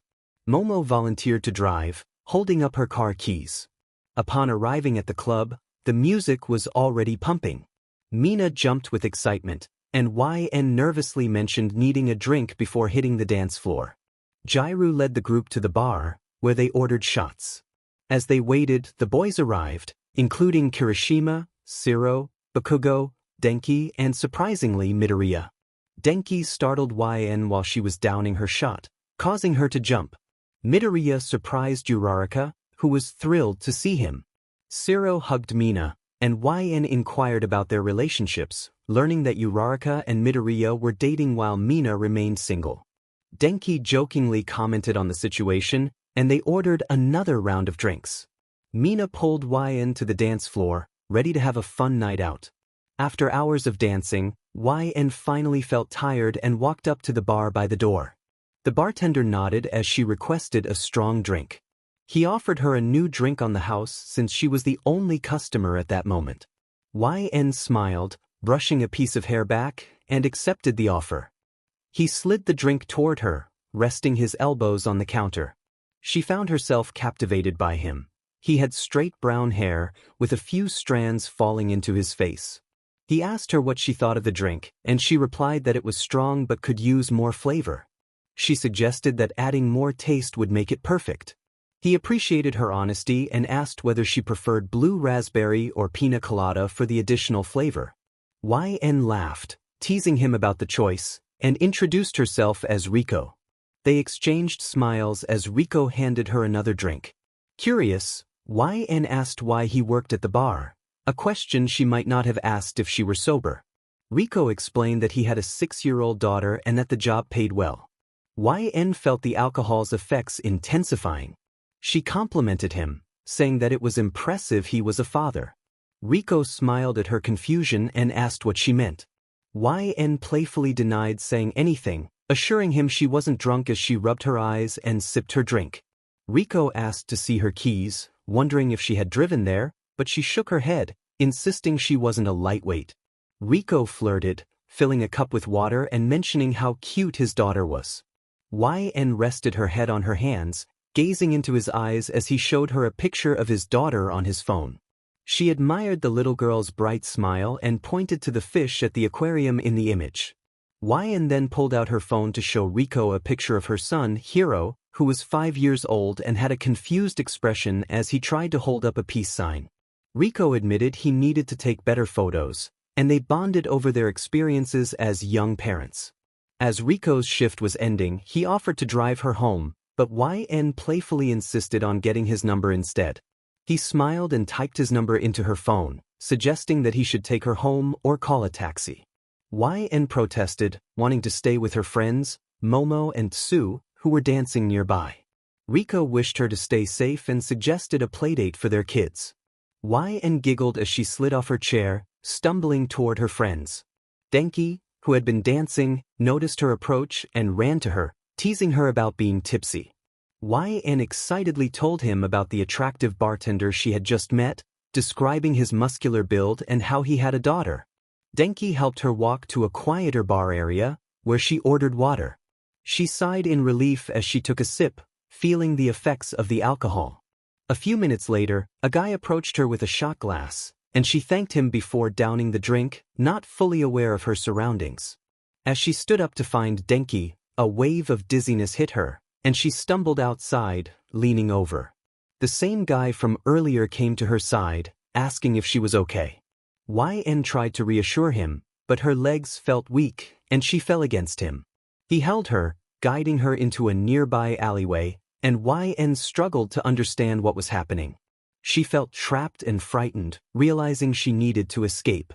In a moment of desperation, she used her powers to send a burst of energy into the air, hoping to attract attention. Her vision blurred as she lost consciousness, unable to tell if it was from the effects of the drink or her overexertion. Meanwhile, Hitoshi Shinso was out late, craving a burrito. While sitting on a bench, he noticed a strange flash of light, which reminded him of Morse code, a skill he had learned with his girlfriend. Recognizing that someone might be in trouble, he hurried toward the source of the light. When he arrived at the alleyway, his heart sank at the sight of YN unconscious and a man looming over her. He rushed to check her pulse, noting it was weaker than usual. During the nights YN spent at his house, he would check her pulse while she slept to ensure she was okay. He carefully lifted her into his arms before calling the police and leaving the scene. He gently pressed on her face, trying to wake her. One arm supported her body while the other cradled her limp head. He noticed a faint bruise on her neck and wondered what had happened to her. Once he arrived at his apartment, he laid her down on his bed. He quickly left the room to grab his phone, searching for Denki's number. He knew they were friends, or perhaps more, but that didn't concern him. Hitoshi paused his search when he heard choking sounds coming from the room. He rushed back in to find YN struggling, and he quickly propped her up as she was being sick. He moved her to the side and hurried to the bathroom, turning on the bath. When he returned, YN was still unconscious but now making soft groaning noises. He informed her that he needed to undress her to clean her up, as she had been sick on her dress. He carefully removed her clothing and placed her in the bathtub. He apologized for whatever had happened to her while he washed her gently with body wash. He reassured her that the person responsible was likely in jail now. After giving her a bath, he wrapped her in a warm towel and laid her on the couch while he changed the sheets. He dressed her in a pair of boxers and one of his cat-themed t-shirts. As he covered her with a blanket, YN mumbled in her sleep. Hitoshi sat on the edge of the bed, feeling a sense of peace for the first time in a long while. When YN finally woke up, she groaned at the pain in her head. Opening her eyes, she realized she was in a room she didn't recognize. Turning her head, she saw a mess of indigo hair that wasn't hers, and her eyes widened as she sat up. She called out to Hitoshi, confused about why she was there and if he had changed her clothes. Hitoshi greeted her, still groggy, and asked if she remembered what had happened. She recalled having fun at a club and getting drunk, but she was horrified at the thought of what might have occurred. He reassured her that nothing had happened between them, although she had gotten quite drunk. He informed her that someone had likely drugged her, and she rubbed her head, trying to piece together the night. YN asked about her phone, and Hitoshi explained that she didn't have it when she arrived. He pointed to her dress in the corner, mentioning that he had to change her because she had been sick. She expressed her gratitude but rolled her eyes at his formality. When she turned on her phone, she saw numerous missed calls from Denki, Tsuyu, and Momo, the only two who hadn't been drinking. She asked Hitoshi if he had any Tylenol, and he directed her to the kitchen cabinet, advising her to eat something first. As she walked to the kitchen, she called Denki, who was worried about her and had almost called the police. YN whispered that she didn't want to discuss what happened, feeling overwhelmed by the situation. Denki teased her about the scandal, but she brushed him off, explaining she had a headache and needed to pick up Kaori. Denki offered to pick up Kaori for her, and she thanked him, expressing her love before hanging up. She returned to Hitoshi's room and playfully woke him up, teasing him about sleeping in. Hitoshi called for his cat, Taku, who came stretching into the doorway. YN picked up the cat and spoke sweetly to it, while Hitoshi offered her a pair of sweatpants. She sarcastically reminded him that she wasn't his roommate and planned to call an Uber, but he insisted on driving her to her dad's house. As they prepared to leave, YN expressed her disbelief that he had bought coffee for a 12-year-old. Hitoshi shrugged, not seeing the issue, and she reminded him that it would ruin her sleep schedule. After a quiet car ride, Hitoshi dropped her off at her apartment. She thanked him for everything before he drove away. YN knocked on her apartment door, and after a couple of minutes, it opened. Hiro gasped, jumping up and down as he tried to unlock the chain that kept the door closed. He called out for his mother, expressing his desire to be with her while ignoring her concerns about safety. YN smiled at Hiro's messy hair and suggested that he ask Uncle Denki to open the door. Hiro ran off to find Denki, who was in the bathroom. After a moment, Denki assured Hiro that he would be out soon. Hiro reported back to his mother, pouting slightly as he asked where she had been and expressed how much he missed her. YN reassured him that she missed him too and promised to put on his favorite show. She slid her phone through the crack in the door, and Hiro quickly settled down to watch the kids' program. A few minutes later, Denki emerged from the bathroom, dressed but with wet hair. He asked Hiro to move so he could open the door. Hiro complied, stepping aside with the phone in hand. Denki smirked at YN's oversized cat t-shirt and black sweatpants, which belonged to Hitoshi. Hiro jumped into YN's arms, and she tickled him playfully. She asked him about his time at his Papa and Pop's house, and he excitedly recounted the fun they had, including hot chocolate and playing with kittens. YN inquired if he was hungry, but Hiro simply wanted cuddles. As he hugged her tightly, she felt her worries fade away, grateful for her sweet boy's presence. Hours later, as night fell, Denki and YN were having tea after putting Hiro to bed. Denki asked about an earlier incident, and YN explained that she had managed to protect herself from a potential threat. Denki expressed his shock and concern, but YN preferred not to dwell on it, as she didn't fully remember the details. Determined, YN decided it was time to talk to Hitoshi about her feelings. Denki, skeptical, made a bet with her about whether she would actually do it. YN confidently accepted the challenge, and Denki agreed to watch Hiro while she went to find Hitoshi. When she arrived at Hitoshi's door, it swung open to reveal him shirtless. He teased her about standing outside for too long, and YN felt a mix of nerves and excitement. She stepped inside, feeling a rush of regret but also anticipation. Hitoshi's playful demeanor made her heart race as he leaned closer, whispering sweet nothings that sent chills down her spine. The tension between them grew, and before she knew it, they were locked in a passionate moment, lost in each other's eyes. As they shared an NTMT connection, YN felt a surge of confidence and pulled him closer. The atmosphere was charged with unspoken emotions, and they found themselves wrapped in each other's arms, exploring the depths of their feelings. With every touch and glance, they communicated their desires, creating a bond that felt both thrilling and comforting. YN knew this was a pivotal moment, one that would change everything between them. Hitoshi reached for a condom from his nightstand, quickly opening it and preparing himself. He then moved slowly, feeling the warmth between them. Both of them experienced a wave of pleasure that coursed through their bodies. Hitoshi picked up the pace, and the intensity of the moment heightened.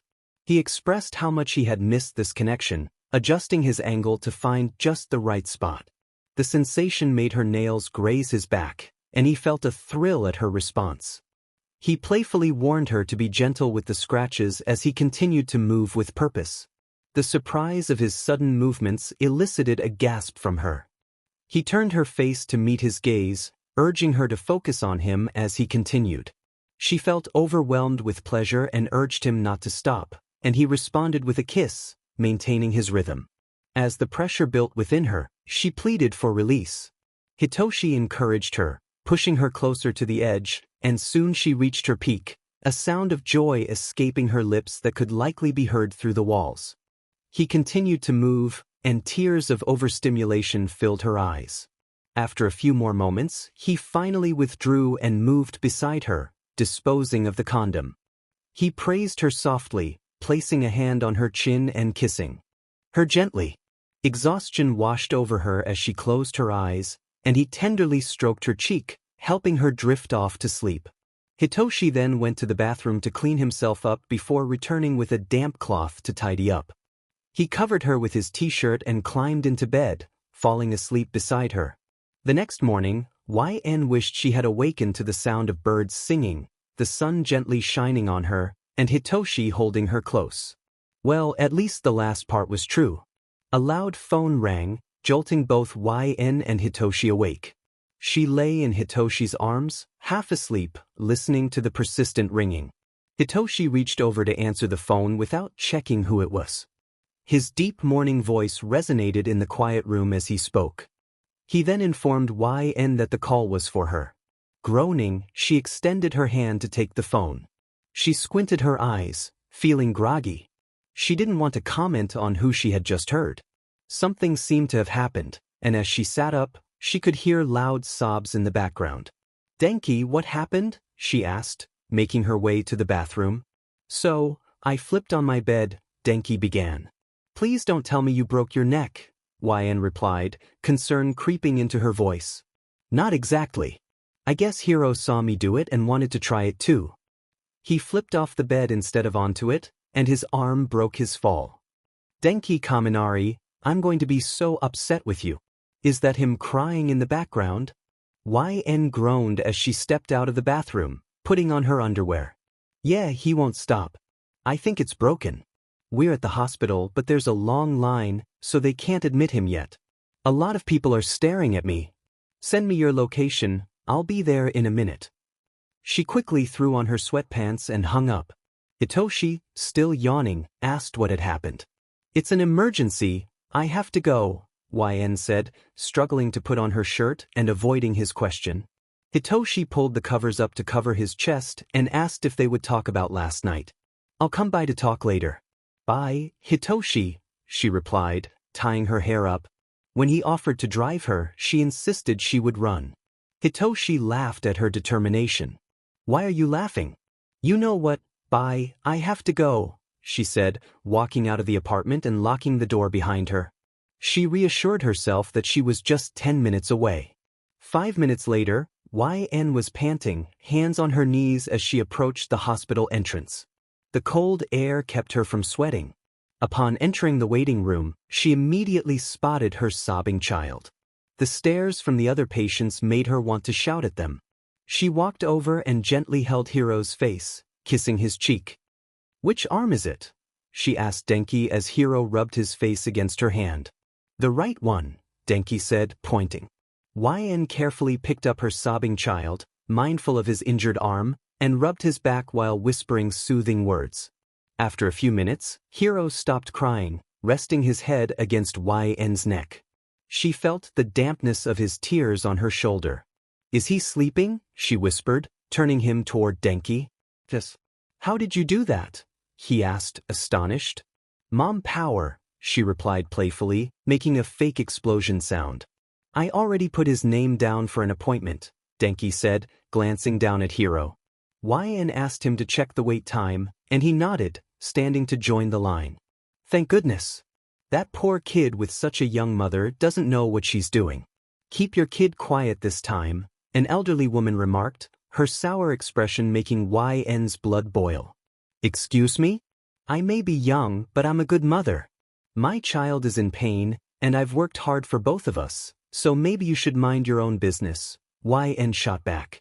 Hiroto LN? A nurse called, holding a clipboard. YN rolled her eyes at the shocked elderly woman as she stood up. Hello, Mrs. LN. I heard Hiroto hurt his arm, the nurse said softly, noticing Hiro was asleep. Correct. His right arm. He fell on it and started feeling pain, YN whispered back. We're going to take him downstairs for an X-ray. The nurse pressed the button for the elevator, which opened immediately. They stepped inside, and she pressed the button for the lower floor. Hello, what do we have here today? The doctor asked as they entered the room. The nurse informed him it was for an arm X-ray. Okay, he needs to be on the exam table, YN said, carefully moving Hiro's limp body onto the table, letting his arm hang off the side. He remained sound asleep. The nurse rolled a side table with a board underneath his arm. Please step by the door, the doctor instructed YN and the nurse as he began taking the X-rays. YN stood by the door while the doctor worked, and soon he printed out the X-ray results. Holding the print up to the light, he confirmed that Hiro's arm was indeed broken.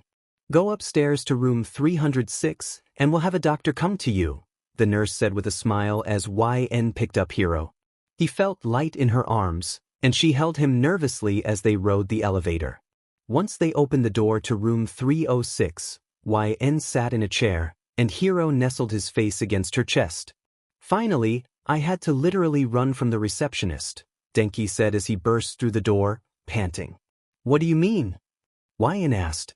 The receptionist wouldn't let me back here, so I threw an empty cup at her and ran, he explained, making YN laugh.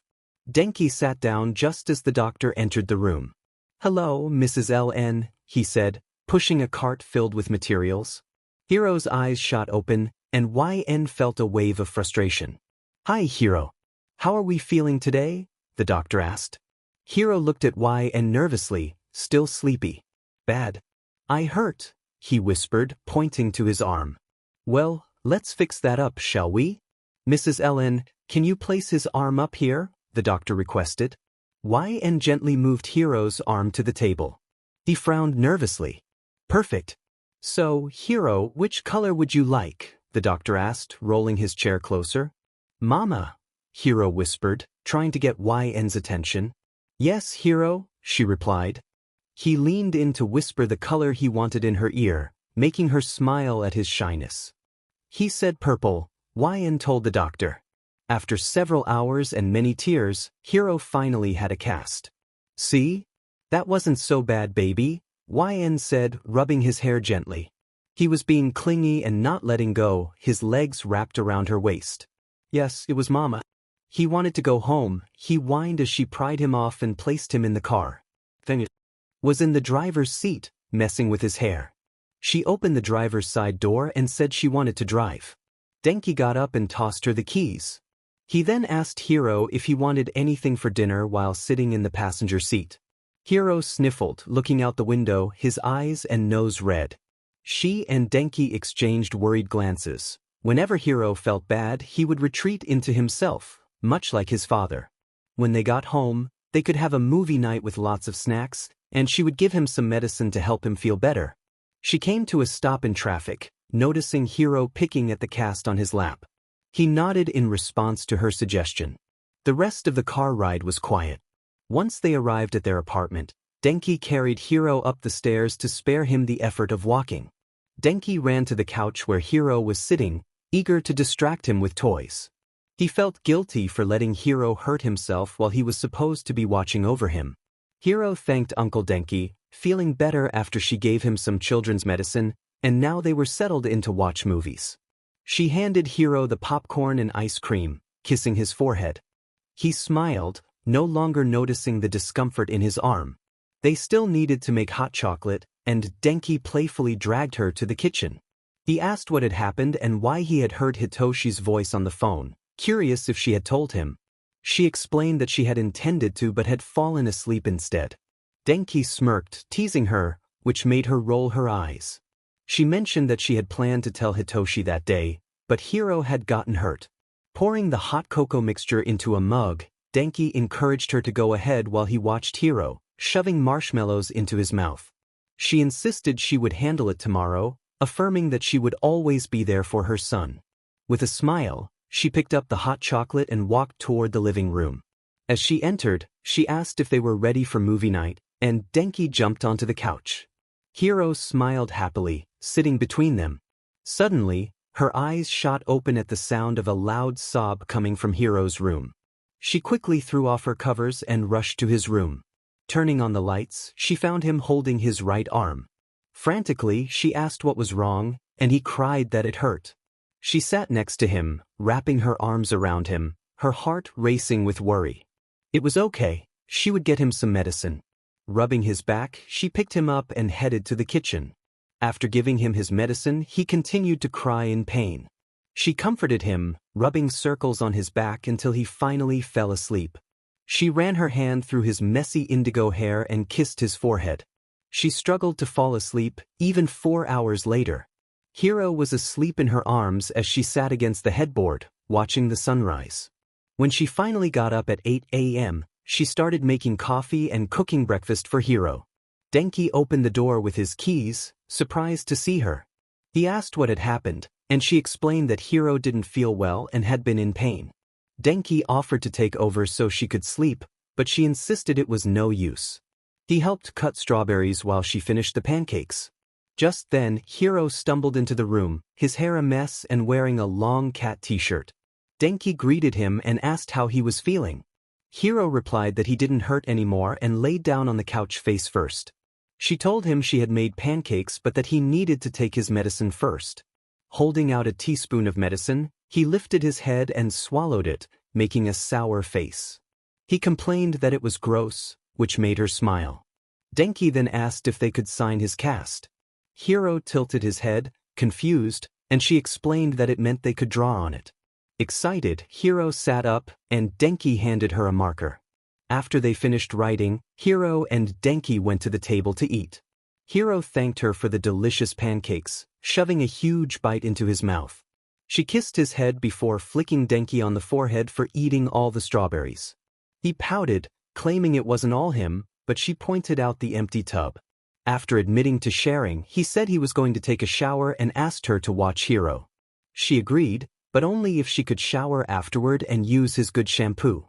After her shower, she walked into the living room to find Denki asleep on the floor with Hiro on top of him. She took a quick photo before jumping into her bed. As she scrolled through her phone, she got lost in thought about telling Hitoshi. She got up and walked to the living room, where Denki was now on the floor and Hiro was on the couch. She shook Denki's shoulder to wake him, and when he did, he looked around in confusion. He asked what had happened, but she shushed him, pointing to Hiro. She expressed her desire to tell Hitoshi, feeling it was time for Hiro to have a father. Denki asked if she was sure, reminding her not to force herself. She nodded, knowing she needed to do this. As she put on her shoes, she asked Denki to watch Hiro and promised to be back soon. He nodded, grabbing juice from the fridge. She told him she loved him, feeling it was an impulsive decision but knowing it was necessary for Hiro's sake. He replied with love, jumping onto Hiro's legs without waking him. Pacing in front of Hitoshi's door, the protagonist felt a mix of anxiety and determination. They hoped to finally share something important. Thoughts raced through their mind, contemplating the possible reactions: shock, happiness, or even anger and a fight for custody. It felt like a bad idea, but there was no turning back now. When the door opened, Hitoshi stood there, looking casual in messy hair, gray sweatpants, and a t-shirt. The protagonist found themselves momentarily speechless, taken aback by his appearance. They took a deep breath, knowing they needed to speak. It was important, but they anticipated Hitoshi's anger. Standing awkwardly at the door, he encouraged them to share what was on their mind. The protagonist crossed their arms, feeling the weight of the moment. After a moment of hesitation, they began to explain. 5 years ago, after their breakup, they had moved to America. There, they had made a friend named Cora, and they had lived and worked together. The protagonist struggled to find the right words, feeling the anxiety build. Hitoshi, sensing the hesitation, pressed for clarity. Finally, the protagonist revealed the truth. During their time in America, they had discovered they were PRGNT. Hitoshi's reaction was immediate and intense, his shock evident. He demanded to know why they hadn't told him sooner, frustration boiling over. The protagonist felt a surge of anger. Hitoshi had blocked them out of his life, leaving them confused and alone. They stood up, matching his intensity, as he accused them of making a terrible decision without consulting him. The harsh words cut deep, and the protagonist felt their hearts sink. In that moment, silence fell. Hitoshi's words echoed painfully in their mind, and they felt tears welling up. They refused to cry in front of him, though. Anger surged within them, and they lashed out, expressing their frustration before storming out, slamming the door behind them. Once outside, the tears flowed freely as they rushed down the steps of his apartment.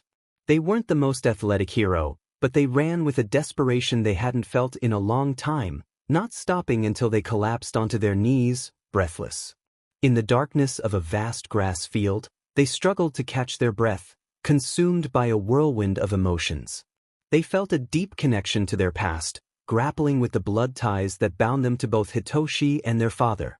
In a moment of anguish, they scratched at their skin, desperate to rid themselves of the shared lineage. Conflicted feelings of hatred surged within them: hatred for their father, for Hitoshi, and for themselves for once loving both of them. As sobs racked their body, they felt their vision blur, questioning their identity and the legacy they carried. YN hugged Hitoshi goodbye, feeling a rush of warmth as he shyly returned the embrace. He kissed her cheek, his face turning a deep shade of red. They were still new to dating, having started just 2 months ago when Hitoshi asked her out for her 12th birthday party.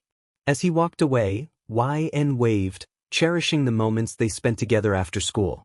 Hitoshi often sought refuge from his foster home, where his parents were usually absent. YN skipped into her house, her cheeks flushed with excitement. She greeted her parents, Zula and Naoto, with a bright smile. Zula, who was 7 months PRGNT, asked how school was. YN bounced on her feet, sharing that Hitoshi had walked her home and kissed her cheek. Zula smiled, reminding YN not to disturb Naoto, who was having a rough day. YN nodded, placing her hand on her mother's belly before announcing her intention to take a nap. She yawned, feeling the exhaustion of the day wash over her. Zula promised to wake her for dinner and expressed a desire to see Hitoshi again. YN agreed enthusiastically before racing upstairs to her room. 2 hours later, YN woke up groggy, but the sounds of shouting and crashing noises jolted her fully awake. She rushed downstairs, her heart pounding. What she saw filled her with horror. Her father was attacking her mother, who lay on the floor. Without thinking, YN ran toward her father, desperately trying to pull him away. He shrugged her off, and YN stood trembling, unable to comprehend the violence. Her father's gaze turned cold as he grabbed her by the collar and threw her against the wall. Dazed, YN could hear her mother's terrified screams echoing in her mind. She felt a sharp pain at the back of her head and realized she was bleeding. In a moment of panic, her father reached for a knife, and YN's heart sank as her mother cried out. YN screamed for him to stop, but he didn't listen. Time seemed to freeze as he turned to her, his expression twisted and menacing. She was paralyzed with fear as he approached her, gripping her throat and pinning her against the wall. YN struggled to breathe, her vision fading as she fought against his hold. Just as everything began to blur, she heard the distant sound of sirens. Her father released her and fled through the back door. Tears streamed down YN's face as she clutched her throat, gasping for air, her mother unconscious on the floor. With great effort, YN managed to pull herself up and stumbled toward the phone. She remembered the emergency phone hidden in her closet. Struggling up the stairs, she finally reached her room and collapsed inside the closet, her vision darkening as she fell. When YN regained consciousness, a throbbing headache clouded her thoughts. Panic surged as she recalled the events and rushed downstairs, only to find her mother missing and a large bloodstain marking the floor. Suddenly, a voice interrupted her thoughts, asking who she was. YN turned to see a stranger, fear gripping her heart. Without waiting for an answer, she dashed out the back door, leaving the man behind. She ran into the woods, not stopping until she could go no further. Exhausted, she collapsed behind a tree, curling into a ball, trying to hide from the world. Meanwhile, Hitoshi was frantic. He couldn't shake the feeling that something was wrong. He had searched for YN for 2 days, fearing the worst. He called her name repeatedly, his throat sore from shouting. He couldn't bear the thought of losing her. Finally, he heard a faint sound of sniffling. Rushing toward it, he found YN, her head resting on the ground, bruised and covered in dirt. Panic surged through him as he knelt beside her, gently lifting her head. She looked fragile, and he quickly covered her with his jacket, trying to keep her warm. He reassured her that he was there, feeling a desperate need to protect her. YN needed help, and he couldn't waste any time. He carefully picked her up and rushed out of the woods, his heart racing with fear and determination. As they emerged from the trees, Hitoshi glanced down at her, realizing just how beautiful she was, inside and out. He knew he wanted to protect her forever.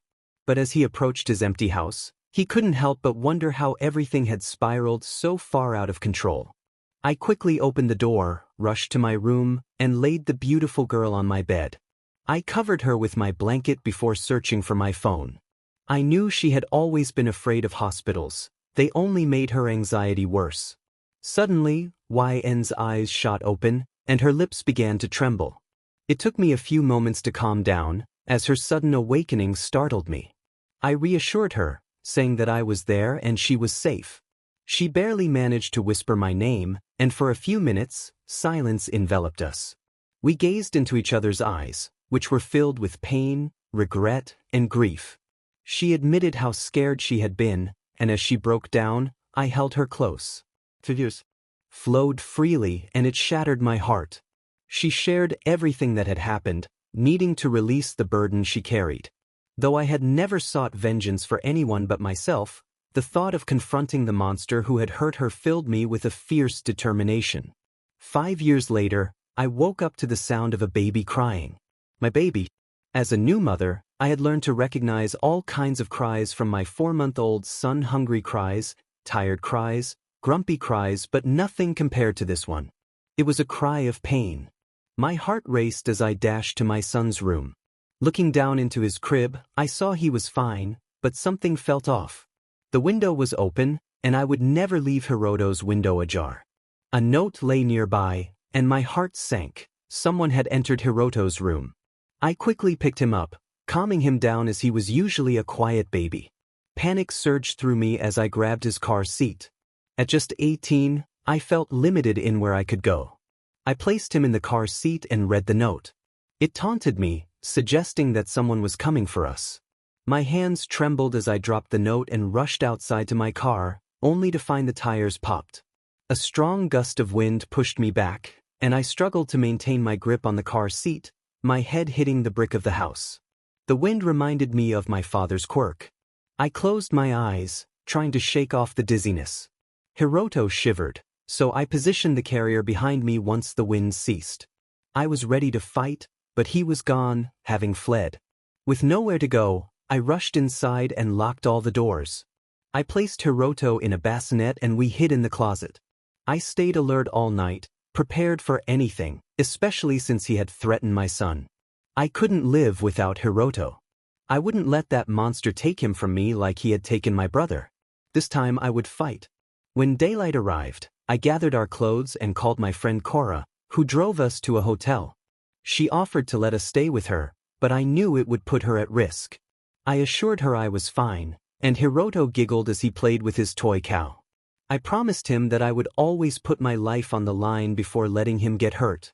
Later, Denki left a voicemail checking in on me, expressing his concern. He couldn't shake the feeling that something was wrong, as I always responded to him. He wondered if Shinso had hurt me, but he dismissed the thought. Meanwhile, Hiro, my son, rolled over and asked Denki where I was. Denki hesitated, trying to cover for me, but Hiro could see through his lie. He asked if he could play with the phone, and Denki, not knowing how to cook well, distractedly handed it over while preparing rice ball. While Denki was busy, Hiro called someone. Aizawa answered, surprised to hear Hiro's voice. Hiro excitedly told him he missed both him and me, expressing confusion about my absence. Aizawa's concern grew as he realized I wouldn't leave Hiro alone unless something was wrong. Hiro hung up, and Denki, sensing something was off, asked for his phone back. He turned on the TV for Hiro, who sat quietly on the carpet. Denki then called me, his voice tense as he asked if I was with Shinso. The silence on the other end worried him, and he feared the worst. Shinso, on the other hand, was in a state of confusion, claiming I had left him. He expressed a twisted sense of betrayal, revealing that he hoped I hadn't been taken by my father. Denki, overwhelmed by the revelations, froze as he processed everything. Suddenly, Denki dropped his phone and rushed to check on Hiro, only to find Aizawa holding him with an amused expression. Aizawa expressed his disappointment, questioning if Denki had learned anything during their time together. Denki, confused, asked what Aizawa was doing there. Aizawa couldn't help but smile slightly as Hiro clung to him, saying he missed him. Aizawa fabricated a reason for Hiro's presence, realizing he needed to teach him about emergency calls. Denki, rubbing his temple, asked Aizawa to take Hiro, explaining it was an emergency and wondering where YN was. Aizawa instructed Hiro to pack an overnight bag, bending down to help him reach the ground. As Denki and Aizawa discussed YN's disappearance, Hiro wandered into his mother's room to grab his stuffed animal. He heard someone speaking on the phone and approached it, calling out a playful greeting. When the voice on the other end asked who he was, Hiro introduced himself, forgetting his middle name. Shinso's heart sank upon hearing the name LN. He asked if he was speaking to YN's child, overwhelmed with thoughts. Hiro, eager to leave, hung up the phone after saying he needed to go to Papazawa's house. He held his bag, which contained only one stuffed animal, and left his mother's room. Denki resolved to search for YN, stating that if he didn't find her that day, he would call for backup. Hiro, smiling, claimed he was done packing, but Denki peeked inside the bag, knowing it was hardly packed. He teased Hiro about needing more than just pogo, to which Hiro playfully protested. The scene shifted to a cold and dark place, where a character felt weak and unable to move. They reflected on their life, acknowledging a pattern of running away from the truth. Regret washed over them, particularly regarding their baby brother. As they struggled to sit up, memories of a past relationship flooded their mind, filled with pain and betrayal. Despite feeling broken, they summoned the strength to push through the exhaustion, determined to protect their son. After a few moments, they managed to stand, drenched in rain and shivering. The rain, once a comfort, now felt unbearable. They began walking, unsure of their destination, but knowing they had to keep moving. The darkness and cold only heightened their sense of despair, yet they felt a strange connection to the moment, as if it were a pivotal scene in a story. As they approached the city lights, they felt a flicker of hope. Their phone was likely ruined, but they spotted a bar nearby, the very place where they had faced danger before. Upon entering, they were relieved to find warmth inside. They approached the bar, feeling embarrassed when the bartender, Rico, recognized them and expressed concern over their appearance. Rico offered them a hoodie and a drink on the house, which they gratefully accepted. After changing, they sat down and shared their story with Rico, finding it oddly relieving to open up. Rico reacted with disbelief, calling the person who had hurt them an a-hole. As Rico's shift ended, he offered them a ride home, reminding them not to let anyone hurt them again. They appreciated the kindness of the bartender, grateful for the support. Once they arrived home, they felt a wave of relief wash over them as they knocked on their door, hopeful for what lay ahead. The relief of finally being home washed over me. Suddenly, the door burst open, and I was taken aback to see a frantic Denki. He exclaimed loudly, expressing his concern about my whereabouts. As I felt the weight of everything crashing down on me, Denki noticed my expression and pulled me into a tight hug. I sobbed against his chest, overwhelmed by fear I had never recognized until Hitoshi pointed it out. The thought of becoming a monster like my father haunted me. Denki held me close, rubbing my back gently. He was the best friend anyone could ask for, a true treasure in life. Everyone deserves a friend like Denki. Once I calmed down, he guided me to my bedroom and ensured I settled into bed. He expressed regret for letting me go to that place, his voice filled with pain as he watched me curl up in my covers, tears still streaming down my face. I reassured him that it wasn't his fault, that the person I was upset about was the real problem. Then I panicked, asking where Hiro was. Denki informed me that Hiro was at Aizawa's house and insisted that I needed rest so I could tell him everything later.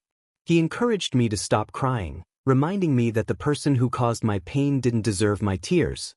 He kissed the top of my head and promised to be in the guest room, leaving the door slightly ajar. Despite knowing I shouldn't be crying, the tears kept flowing. I understood that the person who hurt me was indeed a major JRK, so why couldn't I stop? The next morning, I woke up to someone shaking me. I didn't feel like talking or moving, but Denki announced that he had made breakfast. I muttered my thanks, my throat sore from the previous night's crying. He sighed and joined me under the covers, chewing loudly.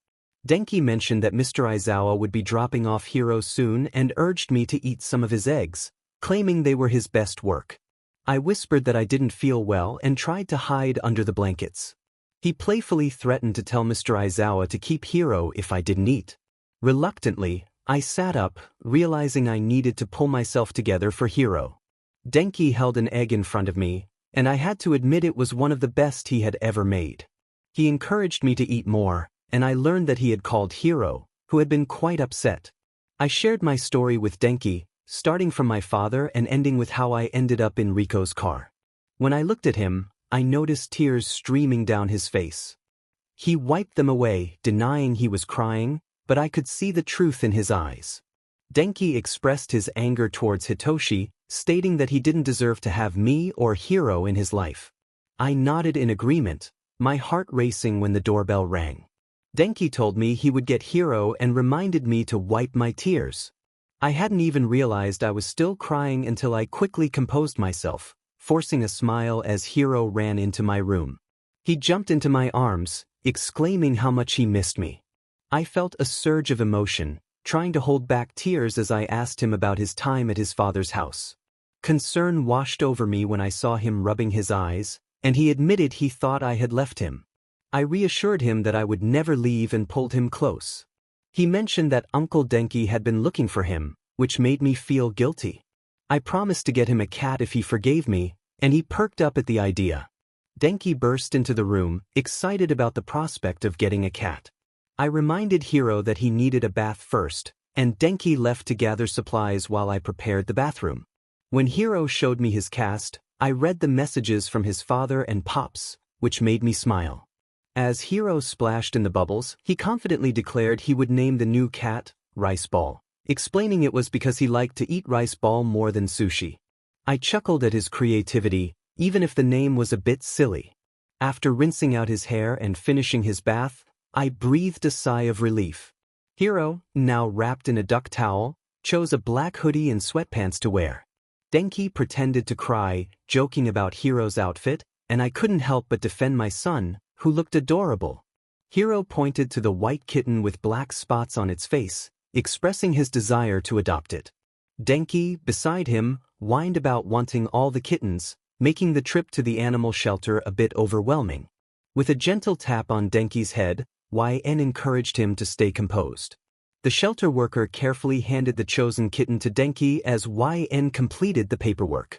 In that moment, YN watched as Hiro snatched the kitten away from Denki, leading to a playful argument about who would get to keep it.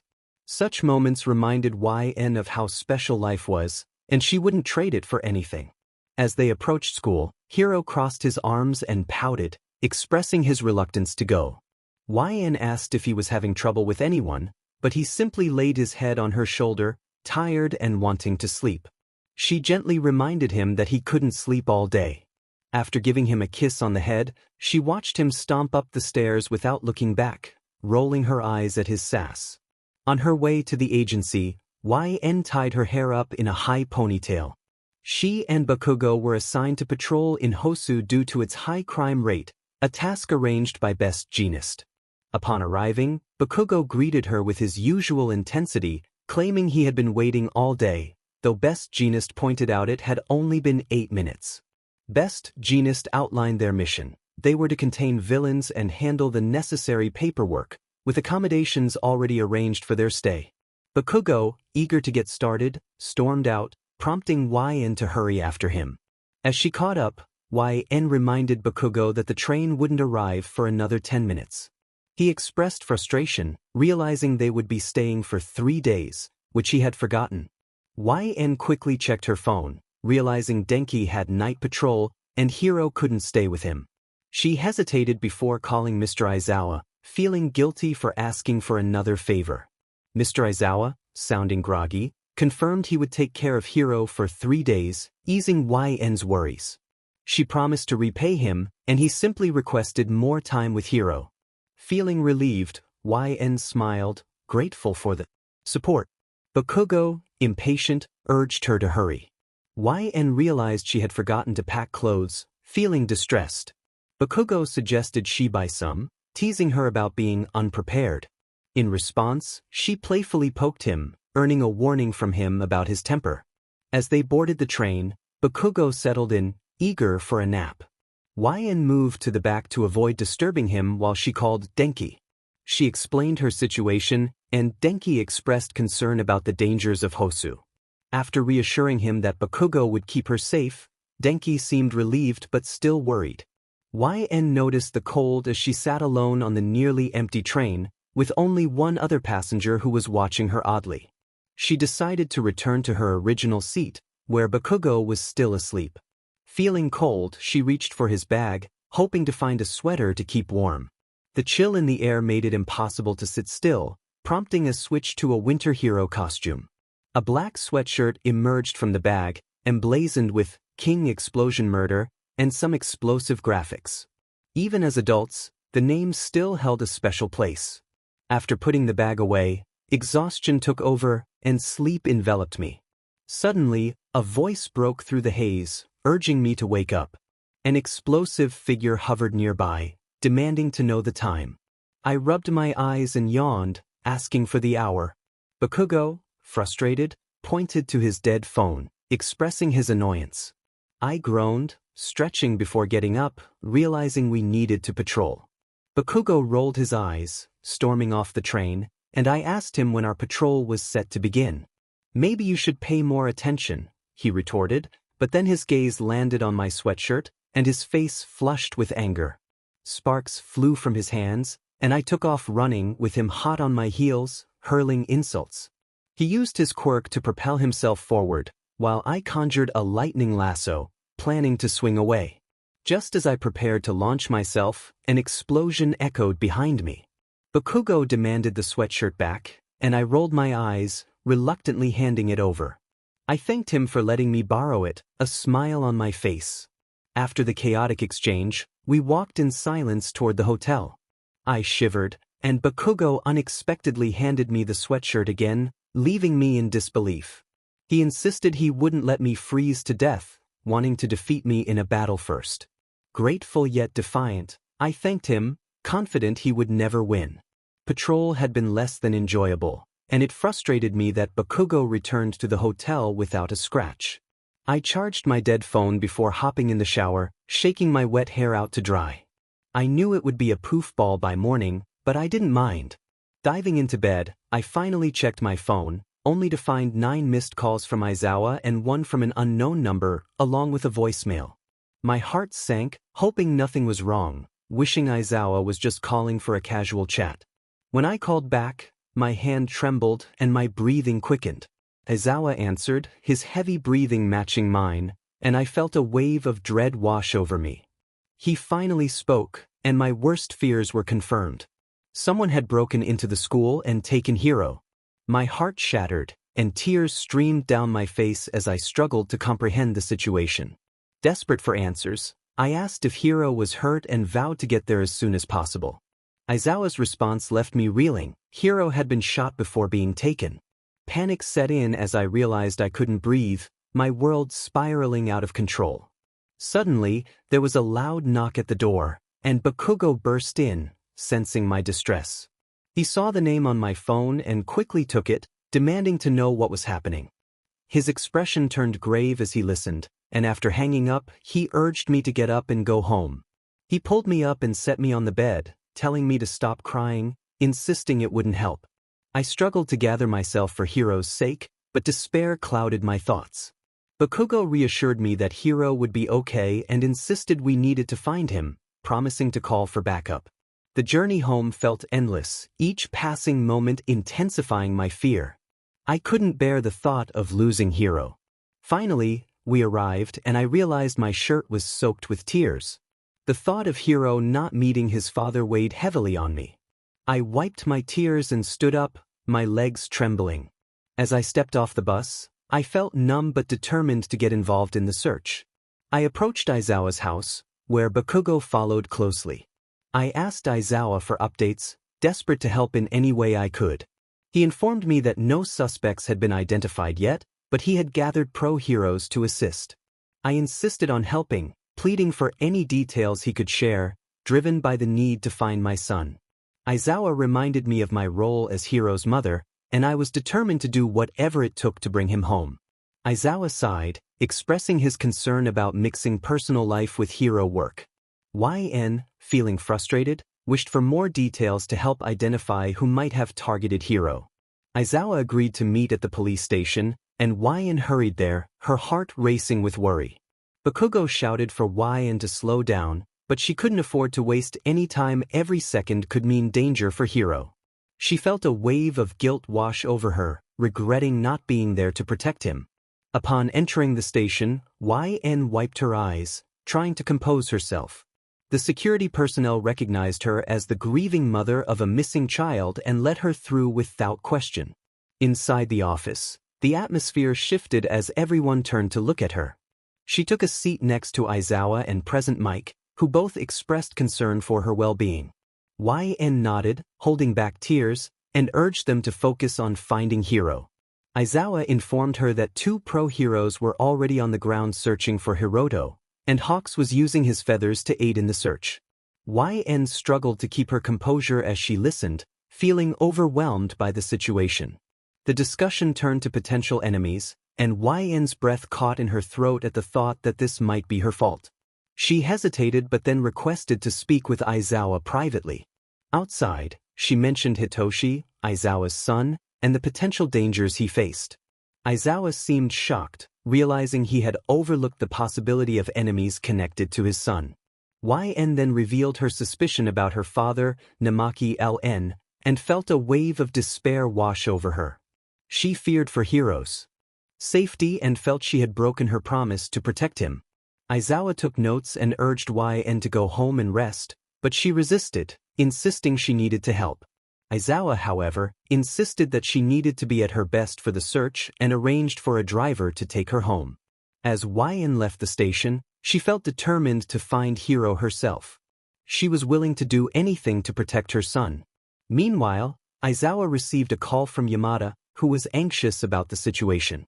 Aizawa informed him they had a suspect, But he couldn't shake the guilt he felt for Hiro's kidnapping. He reflected on the disturbing actions of Namaki and noted Hitoshi's name appearing in the reports, which added to his concern. In a meeting with other heroes and detectives, Aizawa presented the case, emphasizing that Namaki was a top suspect. When questioned about Hiroto's father, Aizawa firmly stated that he knew his son would never harm his child. The conversation turned tense, but Aizawa remained resolute. After leaving the meeting, Aizawa received another call from Yamada, who whispered that Hitoshi had just arrived at their home. Aizawa's heart raced with worry as he wondered what Hitoshi might have overheard. Hitoshi, still in his pajamas, sensed something was off as he made coffee. He noticed the somber atmosphere and pressed for answers, but everyone quickly deflected. Concerned, he approached his father and Yamada, who were engaged in their usual routine of push-ups to distract from their emotions. Hitoshi crossed his arms, demanding to know what was happening. His father invited him to sit down, ready to share the truth about the troubling situation. Hitoshi slowly walked over and sat on his father's bed. He asked if his grandmother had died, and both of his father's faces gasped in surprise. His father flicked Hitoshi's forehead and insisted that she was not dead. This had to be serious. The last time he had seen his father cry was when he moved out. His dad crossed his arms and recalled a time when Hitoshi was difficult. Hitoshi cringed at the mention of his last year of high school, which he considered the worst year of his life. He questioned how that related to the sadness surrounding them. His father reminded him of an important conversation they had about safe practices, which made Hitoshi's face turn red with embarrassment. His dad scowled and pointed out that Hitoshi had not listened. Hitoshi defended himself, explaining that it had only happened a few times and that he had taken precautions. His father, however, was more concerned about a different issue. He mentioned that Hitoshi's high school sweetheart, YN, had been PR'd. Hitoshi's heart raced as he asked if she was okay. His father revealed that YN had terminated the PR'd before Hitoshi had a chance to know. The situation became more serious when his father explained that YN had a child, Hitoshi's child, who had been staying with them while YN was on a mission.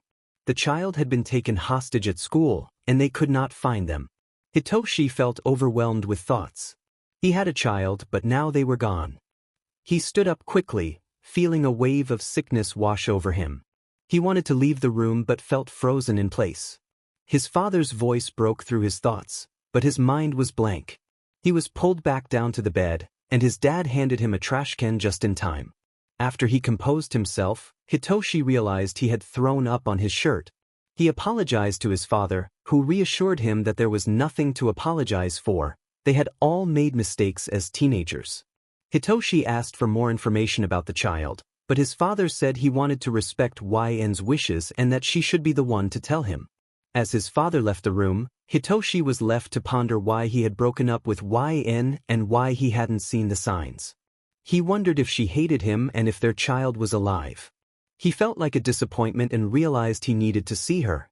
He should have stayed committed and supported her from a distance, especially since she had raised their child alone for 5 years. His father's voice interrupted his thoughts, asking if he was okay. Hitoshi assured him he would be fine as he wrapped a towel around his waist and stepped out of the bathroom. His parents were on their bed, looking at him with concern, which reminded him of a time when they didn't trust him to bathe alone. Meanwhile, YN paced around her room, repeatedly calling Denki, who hadn't answered in hours. She searched for Hiro but found no signs of him. She was determined to get her son back. As she picked up Hiro's toy from the ground, tears began to fall. A knock on the door made her heart race, and she opened it to find Hitoshi standing there, his eyes filled with emotion. She felt a wave of sorrow wash over her as she wrapped her arms around him, needing comfort. Hitoshi held her close, and for a moment, everything outside faded away. She let her tears flow freely as he encouraged her to let it out. When she stumbled, he quickly supported her, assuring her that everything would be okay and that he would help her through this.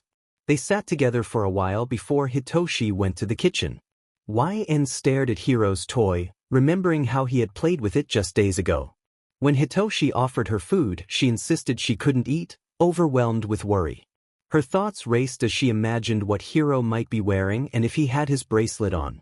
Suddenly, she gasped, remembering her shattered phone on the floor, feeling a surge of urgency to find her son. I grabbed the bracelet without hesitation, cursing as it refused to turn on. The bracelet had a tracker. YN noticed her hands were bleeding as Hitoshi approached her slowly. She was trying to use her electricity to charge her phone. Panic filled her as she explained that the tracker in the bracelet was broken, preventing her from locating Hiroto. She confessed to Hitoshi that she had killed someone in her desperation. Hitoshi paused, shock evident on his face. He had a son too.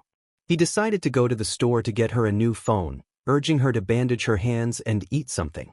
Without hesitation, he took the phone from her grasp and left in a hurry, leaving her alone. YN paced back and forth, her worry for her son overwhelming her. She couldn't ignore the dark circles under Hitoshi's eyes or the scars on his arms that seemed to multiply. She needed to prepare herself. Once she reached that location, nothing would stop her. Standing in front of a mirror, she noticed her red-stained eyes and pale face. Pulling her hair back into a ponytail, she changed into her hero outfit, reassuring herself that everything would be okay once she got Hiroto back. Suddenly, she jumped at the sound of several knocks on her door. Opening it revealed Denki, his eyes red with worry. His voice cracked as he asked if it was true. Overcome with shame, she nodded, and he pulled her into a comforting hug. He mentioned that all the interns had been called and promised they would find Hiroto. YN couldn't comment on the hickeys on his neck, simply expressing her gratitude. Denki had to leave for work, trying to smile as he told her he loved her. She returned the sentiment, feeling a mix of emotions. Moments later, Hitoshi rushed back into her apartment, panting and holding a bag. She quickly opened it to reveal her new upgraded phone. Excitement surged through her as she pointed out that Hiroto's bracelet was tracking a location in an old abandoned house. Thanking Hitoshi, she prepared to leave, bowing slightly in gratitude. Hitoshi grabbed her arm, trying to stop her. He warned her that going in alone was a suicide mission. YN explained that the heroes wouldn't allow anyone related to join the mission, and she had heard that she and Mr. Aizawa would be excluded from the rescue if they found Hiroto. She offered for him to join her, and after a moment of contemplation, he nodded. He insisted she go first, and she wondered how he could remain so calm. If she had discovered she had a child out of nowhere, she would have a million questions. Had Mr. Aizawa given him details about Hiroto?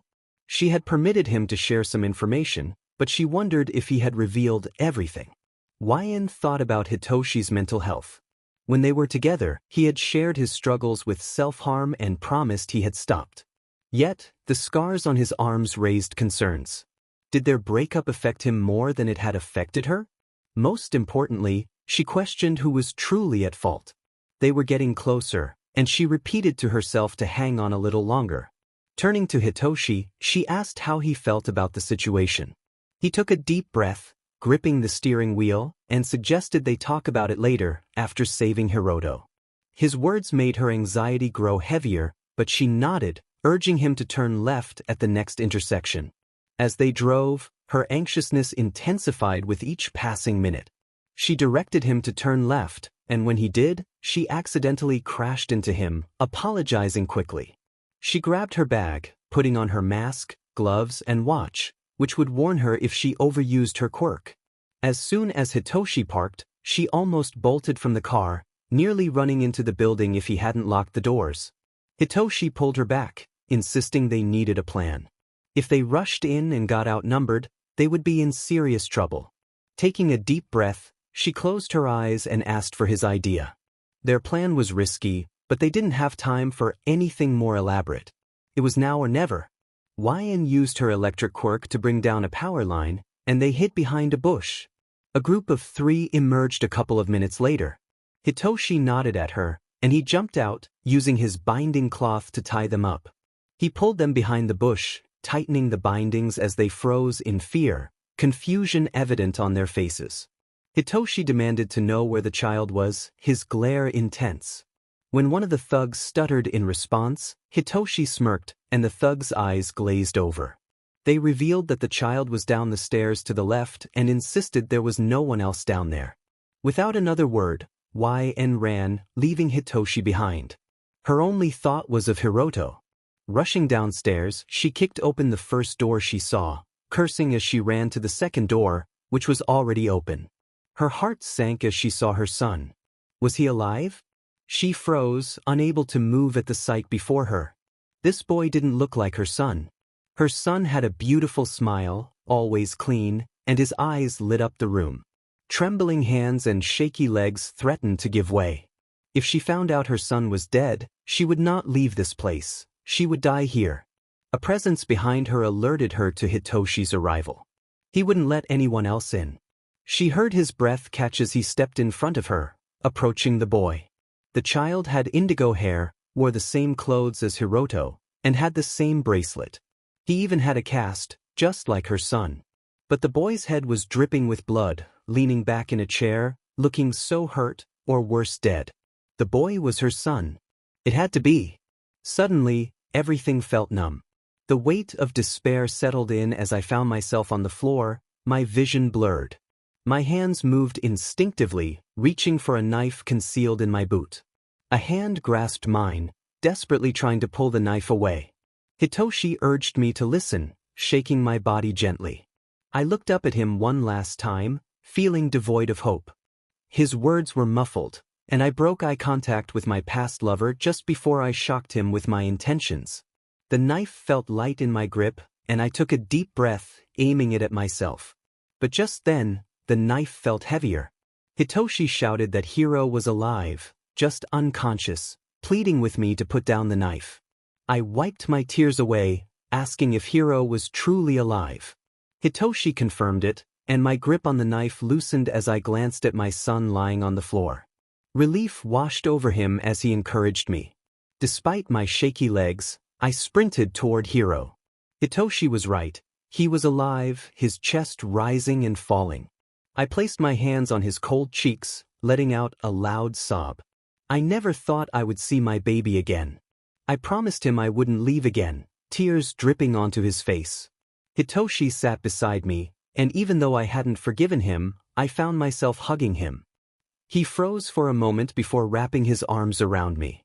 I clung to his shirt, crying on his chest, grateful he had shown up.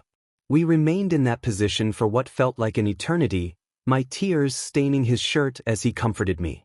The sound of footsteps echoed in the building, causing me to jump. Hitoshi reminded me it was likely the heroes. I nodded, still on high alert. Izawa rushed in, horror etched on his face as he approached his grandson. He commanded for paramedics to be called, muttering about the trouble we were in as two men in scrubs carried a stretcher. My heart ached as I watched Hiroto being taken away, but I knew he would be okay. Later, Denki entered the room, whispering that Hiro still hadn't spoken. I admitted that we had tried everything, and I sipped my energy drink, feeling the weight of the situation. Moments passed in silence until Hitoshi entered, awkwardly rubbing the back of his neck while holding 3 bags of items. He mentioned he had brought things to cheer Hiro up, setting the bags next to the bed. Denki glanced between us before deciding to leave us alone. The tension in the room was palpable, and I sensed Hitoshi was still unsure about speaking with me. He had been quiet all week, standing over Hiro's bed, lost in thought. When he finally looked up, he asked me to tell him about Hiro. I nodded, my heart twisting as I began. I shared that Hiroto was 5 years old with a favorite color of gray. He was mostly calm, and his quirk, hypnosis shock, was a mix of ours. He loved cats, cookies, and sleeping but was allergic to dogs, just like Hitoshi. I noted how he reminded me of Hitoshi in many ways. Hitoshi's expression turned shameful as he apologized, insisting I should never forgive him. I told him I wouldn't, but I didn't want to be hurt again. He expressed his desire to be in Hiro's life, and I told him I wanted that too, explaining that I never meant to keep Hiro hidden for so long. We sat in silence until Hiroto's eyes opened. He hadn't said much, only responding with simple words. I cleared my throat, trying to get his attention, and mentioned that some of his stuffed animals wanted to visit him. Hiro muttered that he wanted to go home, and I held his hand, apologizing. I explained that he needed to talk to me or the police so they could catch the bad man. Tears welled in his purple eyes as he admitted he was scared. My heart broke. It was my job to protect him. Hitoshi reassured Hiro that he was safe now and nothing bad would happen again. Hiro asked if Hitoshi had saved him from the monster, and Hitoshi, with a forced smile, explained that it was mostly me, with him as backup. He told Hiro he was a hero for being brave, and that we would find the bad man together. Hiro cheered up at this, asking if he was really a hero. Hitoshi confirmed it, and Hiro expressed his pride in being a hero too. Hitoshi then asked Hiro to tell us more about the people involved. Hiro pointed to his stomach, recalling that he had been hurt and woke up in a dark room. He mentioned seeing 3 different people, one of whom said mean things. Hitoshi reassured him that he had been strong, and Hiro proudly stated that he had told the bad guy to go away. Hitoshi smiled, explaining that all bad guys are big liars, which brought a smile to Hiro's face as he declared Hitoshi his second favorite hero. Hitoshi returned the sentiment, calling Hiroto his favorite hero. Hiro then asked if Hitoshi could stay with him and me until he had to leave, to which Hitoshi promised he would always be there for him. Hiro beamed, excitedly sharing that Hitoshi would always be there for him. He thought that the other person had a crush on him, and he whispered this to his friend. Now it was her turn to feel embarrassed, as she shook her hands in disbelief, explaining to Hitoshi, who was trying to hide his laughter behind his hands. She wished he would stop that. While she might not feel any attraction towards him, she knew without a doubt that he would be a great father. A young boy, around 9 years old, ran outside and jumped into his father's arms. Hitoshi wiped the sweat off his face and greeted his son, asking how everything was going. The boy looked up at the new treehouse and play area, excitedly exclaiming how cool it was and how he couldn't wait to play in it. Hitoshi then inquired about his wife, taking a moment to gulp down some water, feeling the heat of the day. The boy suddenly remembered that his mother had asked him to fetch his father, admitting that she wasn't feeling well and that her tummy hurt a lot. Hitoshi's eyes widened in concern as he rushed inside, calling out for YN to check on her. He stopped in his tracks when he saw her waddling toward him, a sight that reminded him of a penguin, though he would take that secret to his grave. She reassured him that she was fine, rolling her eyes at the notion that their son was being overly dramatic.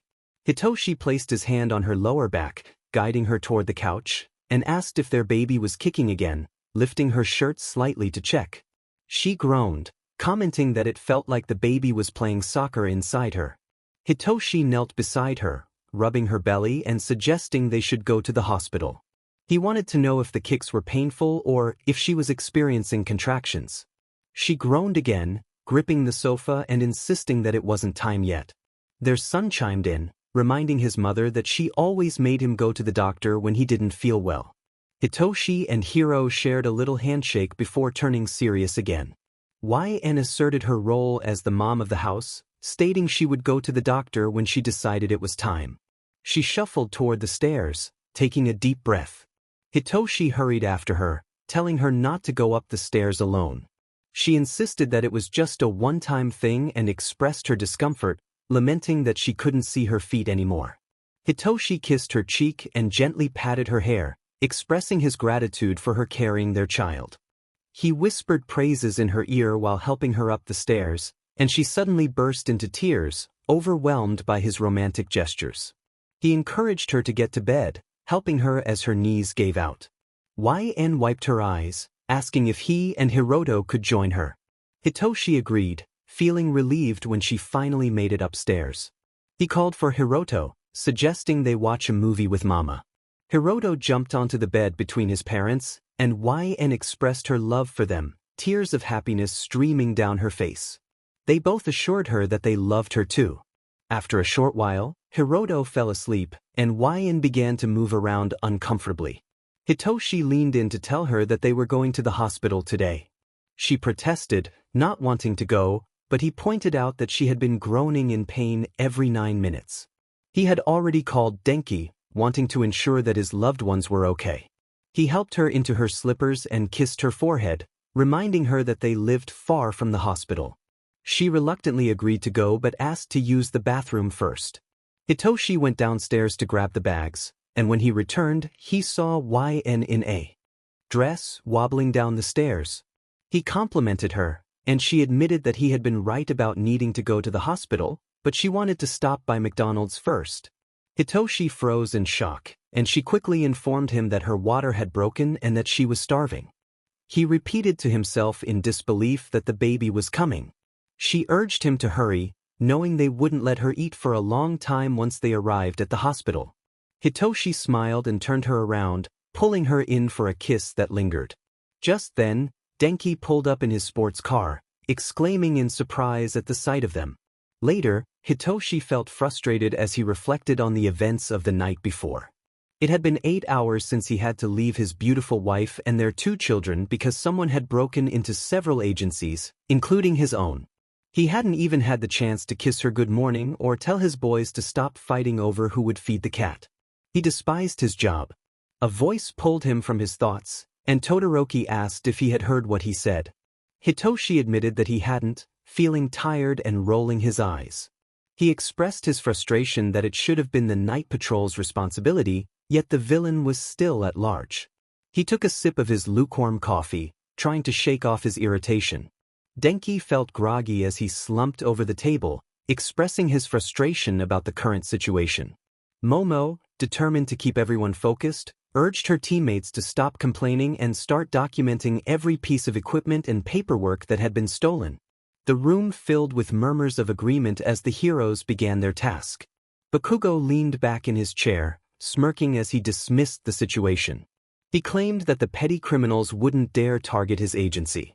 Uraraka pointed out that only a few agencies, including Bakugo's, had night patrols, implying that the thieves would think twice before attempting a break-in. As Bakugo continued to argue, the protagonist felt a vibration in his pocket.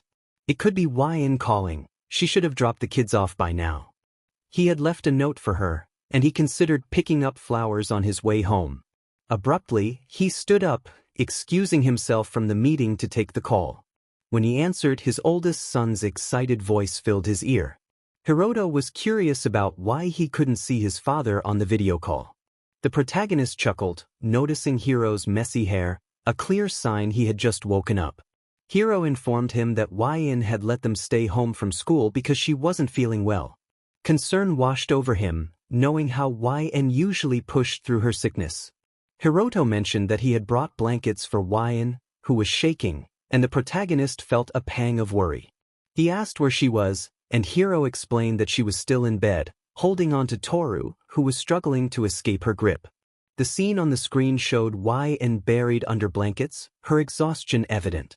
Toru crawled toward the camera, and the protagonist greeted him, asking if he was being good. Toru explained that he was hungry, prompting Hiro to suggest making pancakes. The protagonist reminded Hiro not to touch the stove, but Denki's voice interrupted their conversation as he checked in on the situation. Denki was surprised to see the kids and joked about them being out of school. Hiro quickly defended himself, insisting he hadn't done anything to their mother. The protagonist assured them he would call later and reminded them to behave for YN before the call ended. After hanging up, he realized he needed to get home to care for YN. He informed Denki about her condition, who expressed surprise since YN rarely got sick. The protagonist clarified that she wasn't PRGNT, despite Denki's teasing. He pushed past Denki, determined to leave. As he walked to his car, he called his father, asking if he and Pa could take Toru and Hiro for the night. His father agreed immediately, eager to help. The protagonist stopped by the grocery store on his way home to pick up ingredients for chicken soup and various cold medications, hoping to ease YN's discomfort.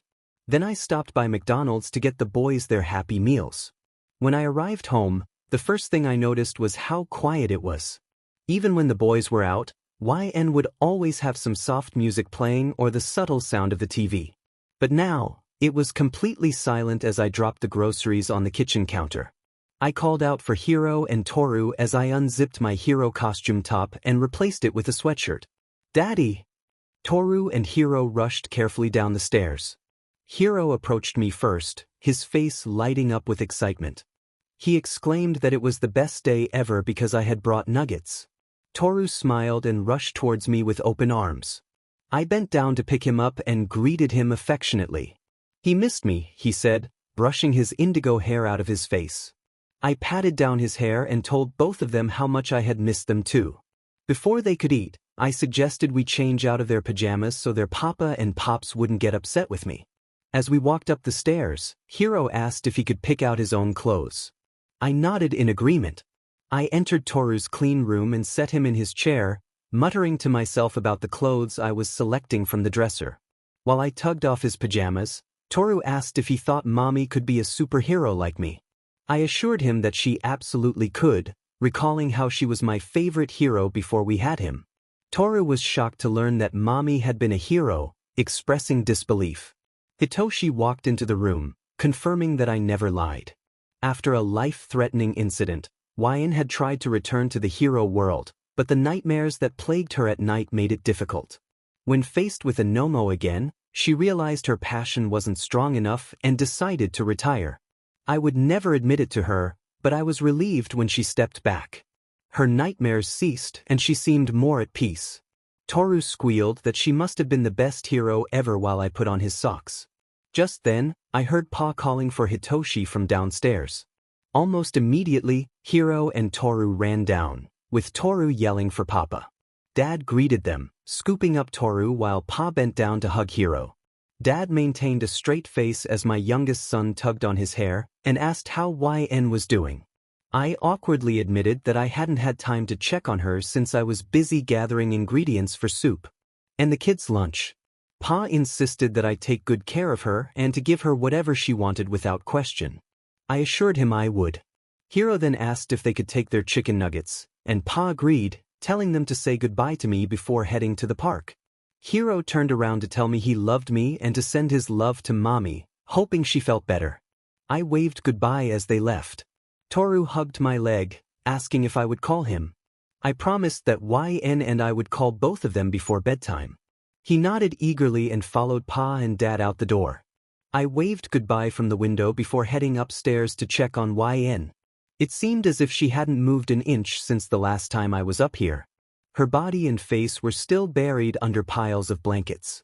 I gently pulled 2 of the blankets off her and waited for a response that never came. She must have been feeling really unwell. When I pulled off the last blanket, I saw her red face smushed against a pillow, and as soon as the light hit her eyes, she groaned. I softly called her name, telling her it was time to wake up.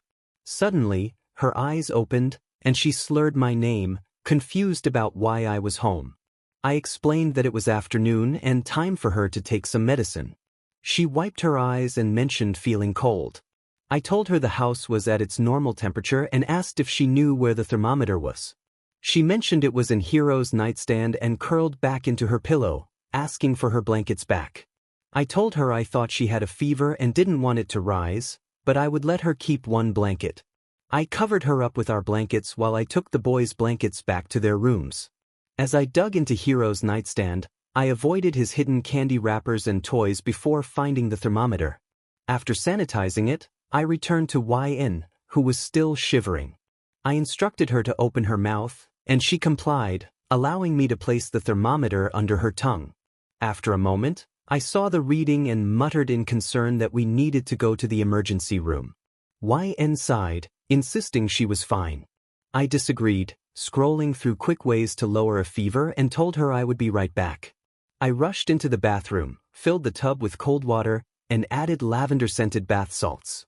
Just as I was preparing everything, YN rushed in, feeling unwell.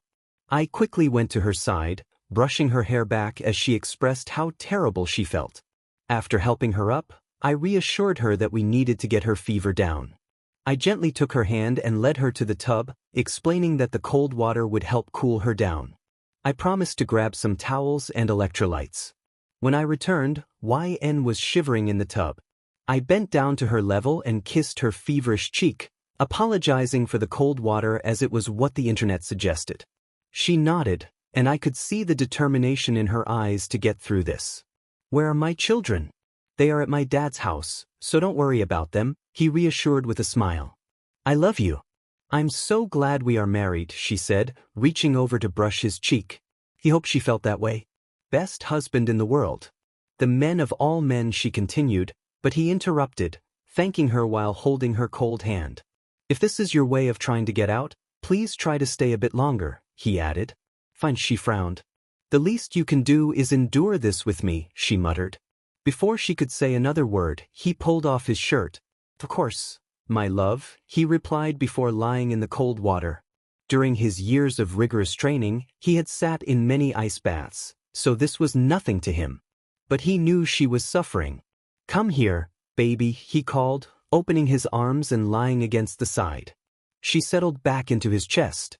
Thank you for taking care of me, she murmured, moving her hand slowly through the water. I'm your husband, it's my job, he said gently.